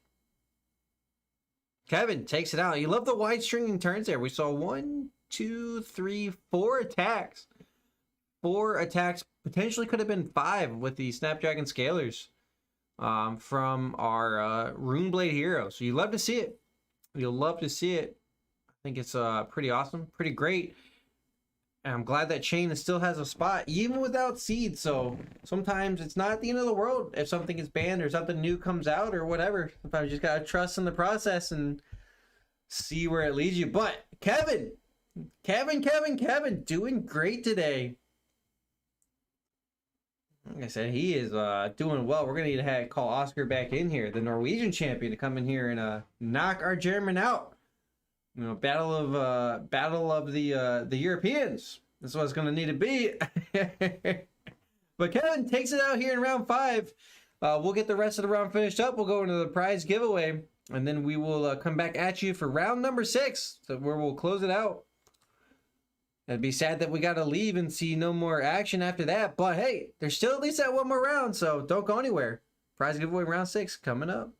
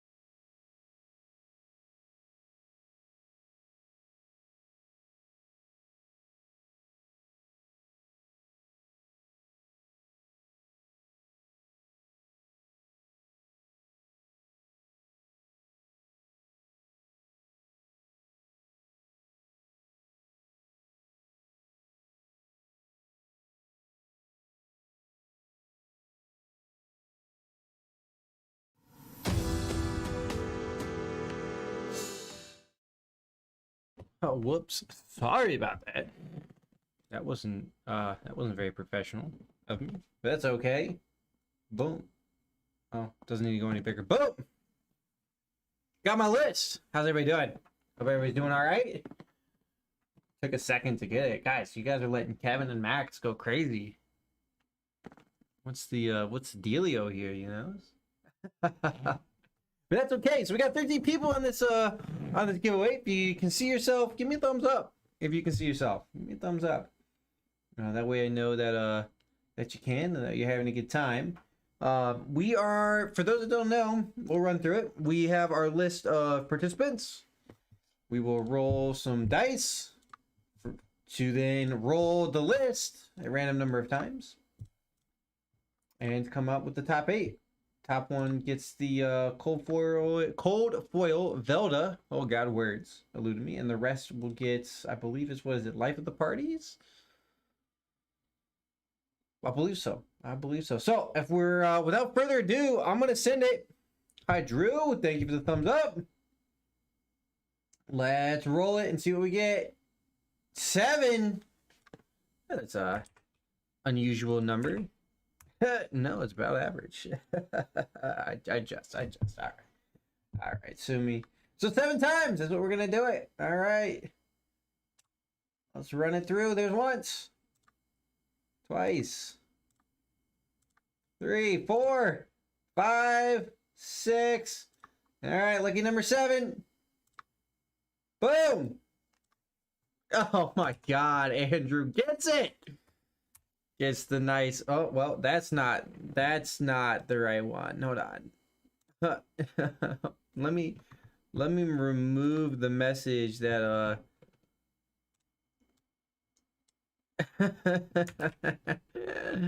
has my information on it. There we go. And throw the actual timestamp on so you know it's you can go back to it if you want. So Andrew's gonna take it. And then the rest down to 8 will get cold foils. Nobody saw that. It didn't happen.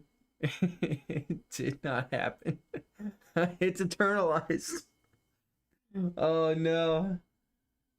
Oh boy. But all right, I'll see you guys in the lobby. We'll get this settled for packs and colors if we got them. Everyone was wanting the red, so reds are going to be pretty slim pickings. But we'll see. We'll talk about that in the lobby. I'll catch you guys there.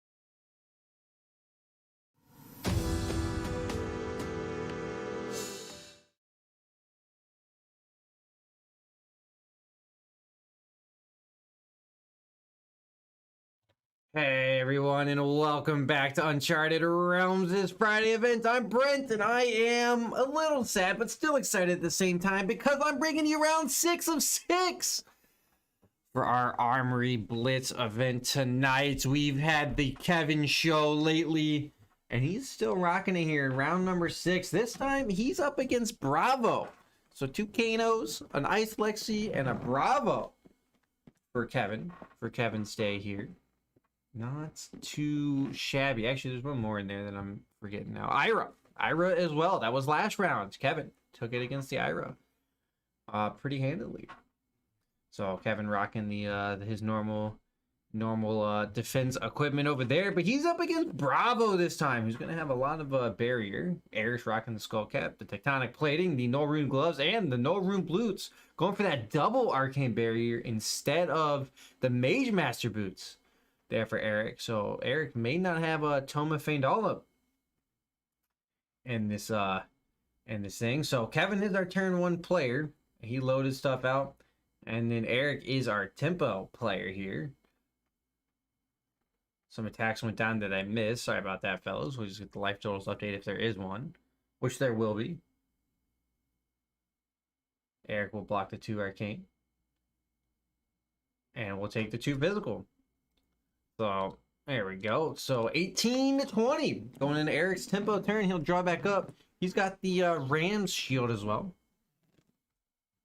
So having a good old time. Also rocking the sledge of Anvilheim, which is, no, he's not rocking the sledge. I'm sorry. It's the oh, hold on. Boom, there it is. Titan's Fist. I'm sorry, 3 cost attack. Well, there's a card with 3 costs or greater in pitch zone. It has +1. So it's like the Winter's Whale, sort of. Sort of. Just with less value. So let's keep that in mind. So Eric's turn. He's making a seismic surge token thanks to tectonic plating. There we go. That's pay 1, create a seismic surge token. Seismic surge token will reduce the cost of his guardian attack action. Beginning of his action phase will destroy itself. Then he goes in with a fist.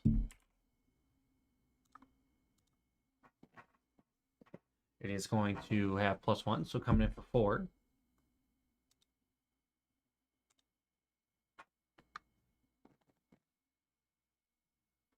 Kevin considers it going up to 8 with a pummel because of the floating resources.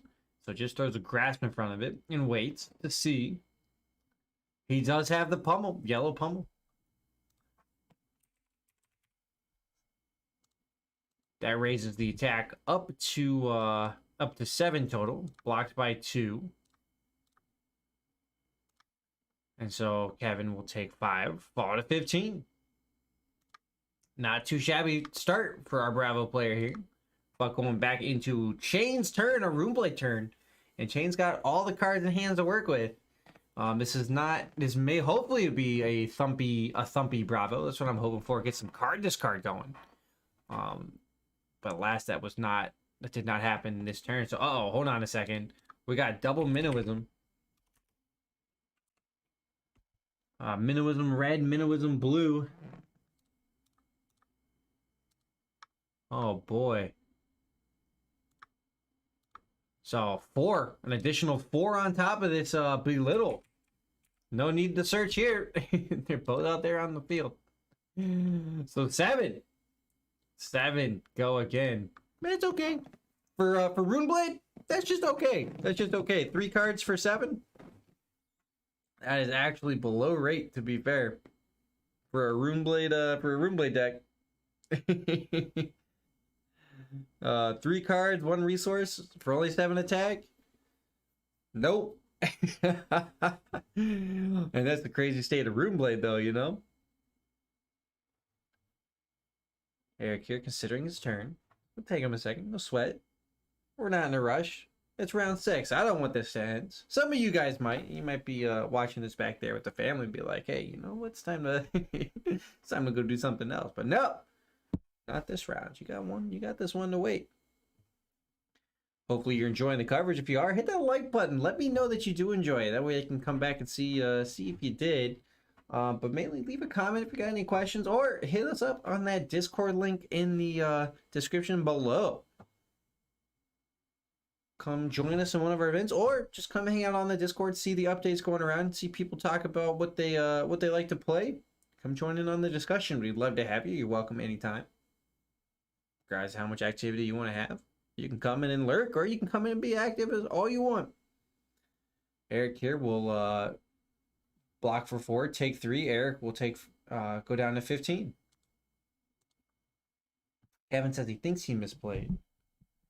I don't know if I necessarily agree with him. Totally. Comes in with the Rosetta Thorn for 2 and 2.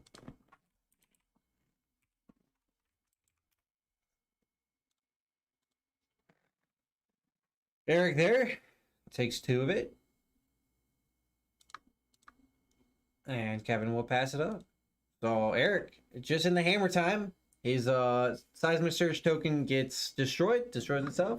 Not able to use it, Eric is. So just comes in with the Titan. Titan's Fist coming in for 4. Kevin does not like his hand though. Says it's not good.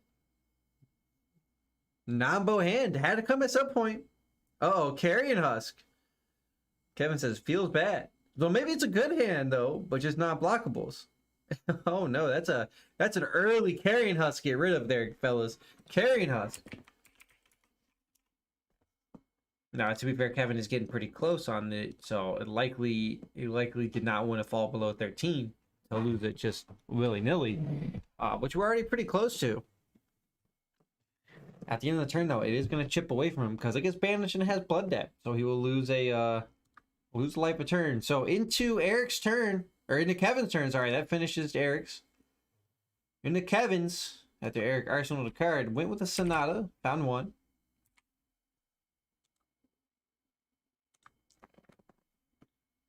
Oh no, excuse me. Did not find anything.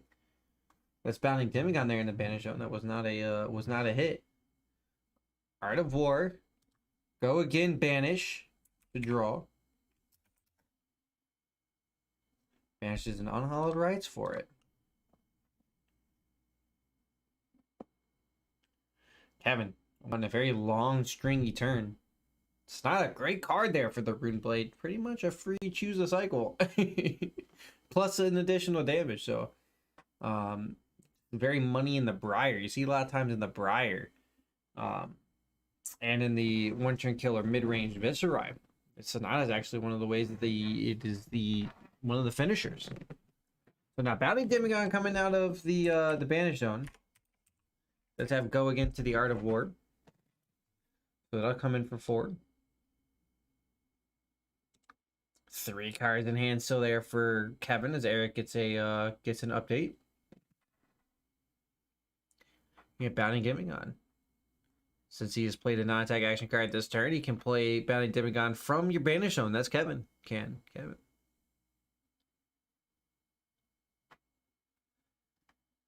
Kevin trying to chip away. 15 to 13. Has the life total advantage. Has the tempo advantage right now against our Bravo player. Are we going to see Runeblade fall? Do you guys think it's going to happen? Or is Kevin going to make a nice undefeated run today? Eric here pitches to go into the Ram's Head. There's his Arcanine Skullcap in front of it to block 3. Trying to take 1.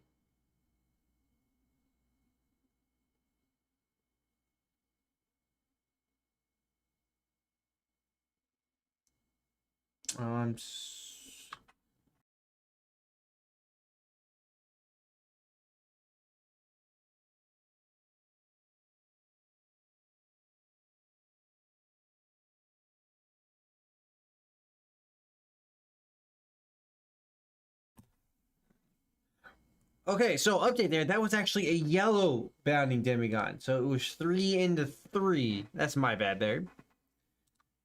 So that was completely blocked up through the Shield Skullcat. Unhallowed Rights comes back. There was a Soul Shackle made, so I did close the chain. So that shield is going to be able to block again if it wants. This one's coming in for 4.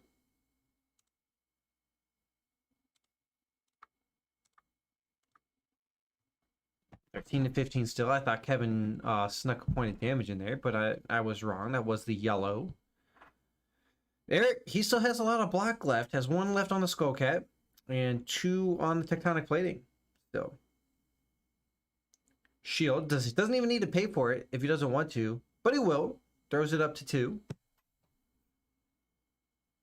I like it.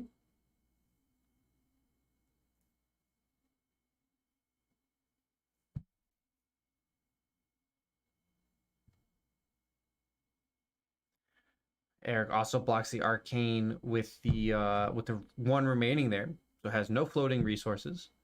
Ram's head at 2, and throws a Showtime, or no, Crippling Crush, to block another 3 of it, to block 5 total. That blocks it all up, and Rosetta Thorn now comes in for 4, 2 arcane, 2 physical, 2 and 2.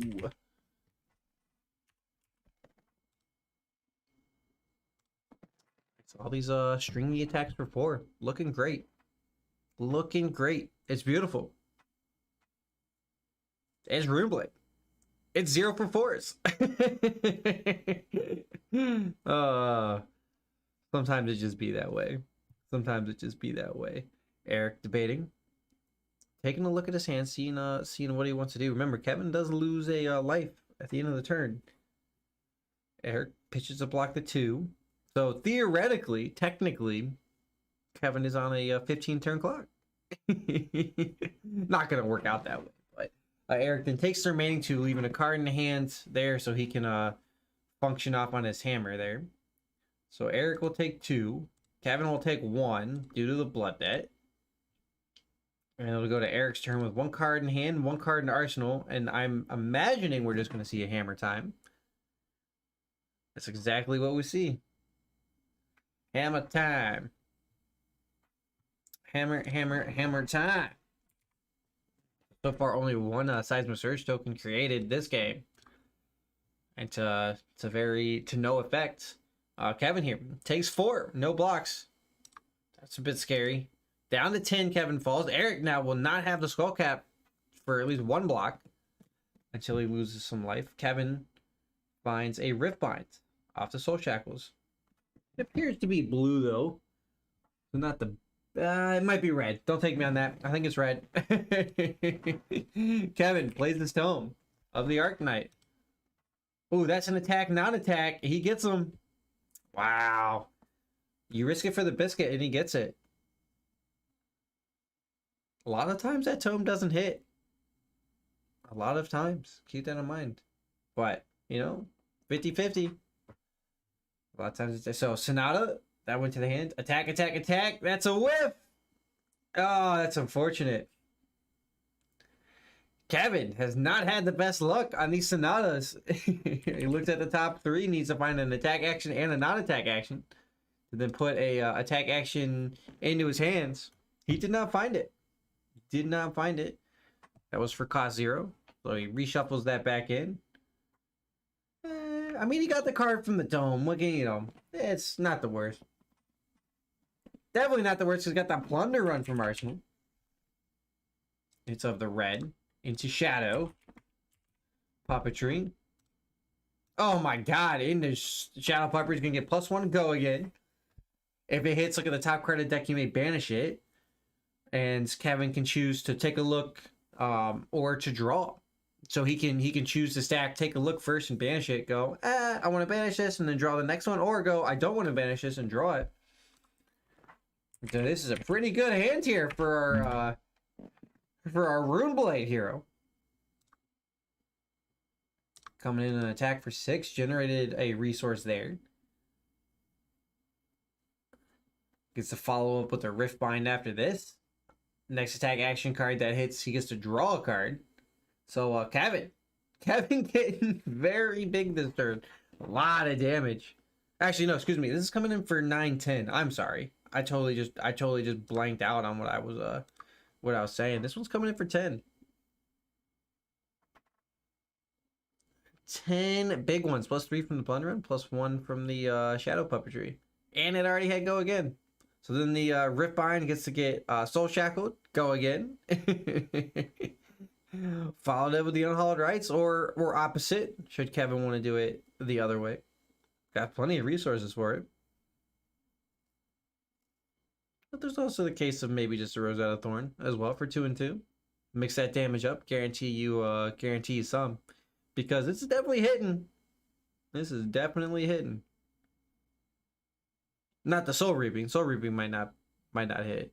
But you know something's getting in. Oh no, Tectonic Plating gets in there. All reds. And 2 blocks, says Eric. Only gets to block 9, throwing 3 and the Tectonic Plating in. Oh, that's so rough. Has 2 blocks there. Oh no. So 1 gets through, sends Eric down to 10. Kevin gets to look at a card and or draw. He's looking at the card at the moment. He banished it, Bounding Demigod. I believe he already drew his card then. Red Minnowism. I likely would have stacked it the other way, but that's okay. Take a look and then you can decide what you want to do with it. Minnowism, though, really good. Oh no. So +3 to the Rift Binds, which is gonna have 11 go again. And actually, Eric might just die this turn.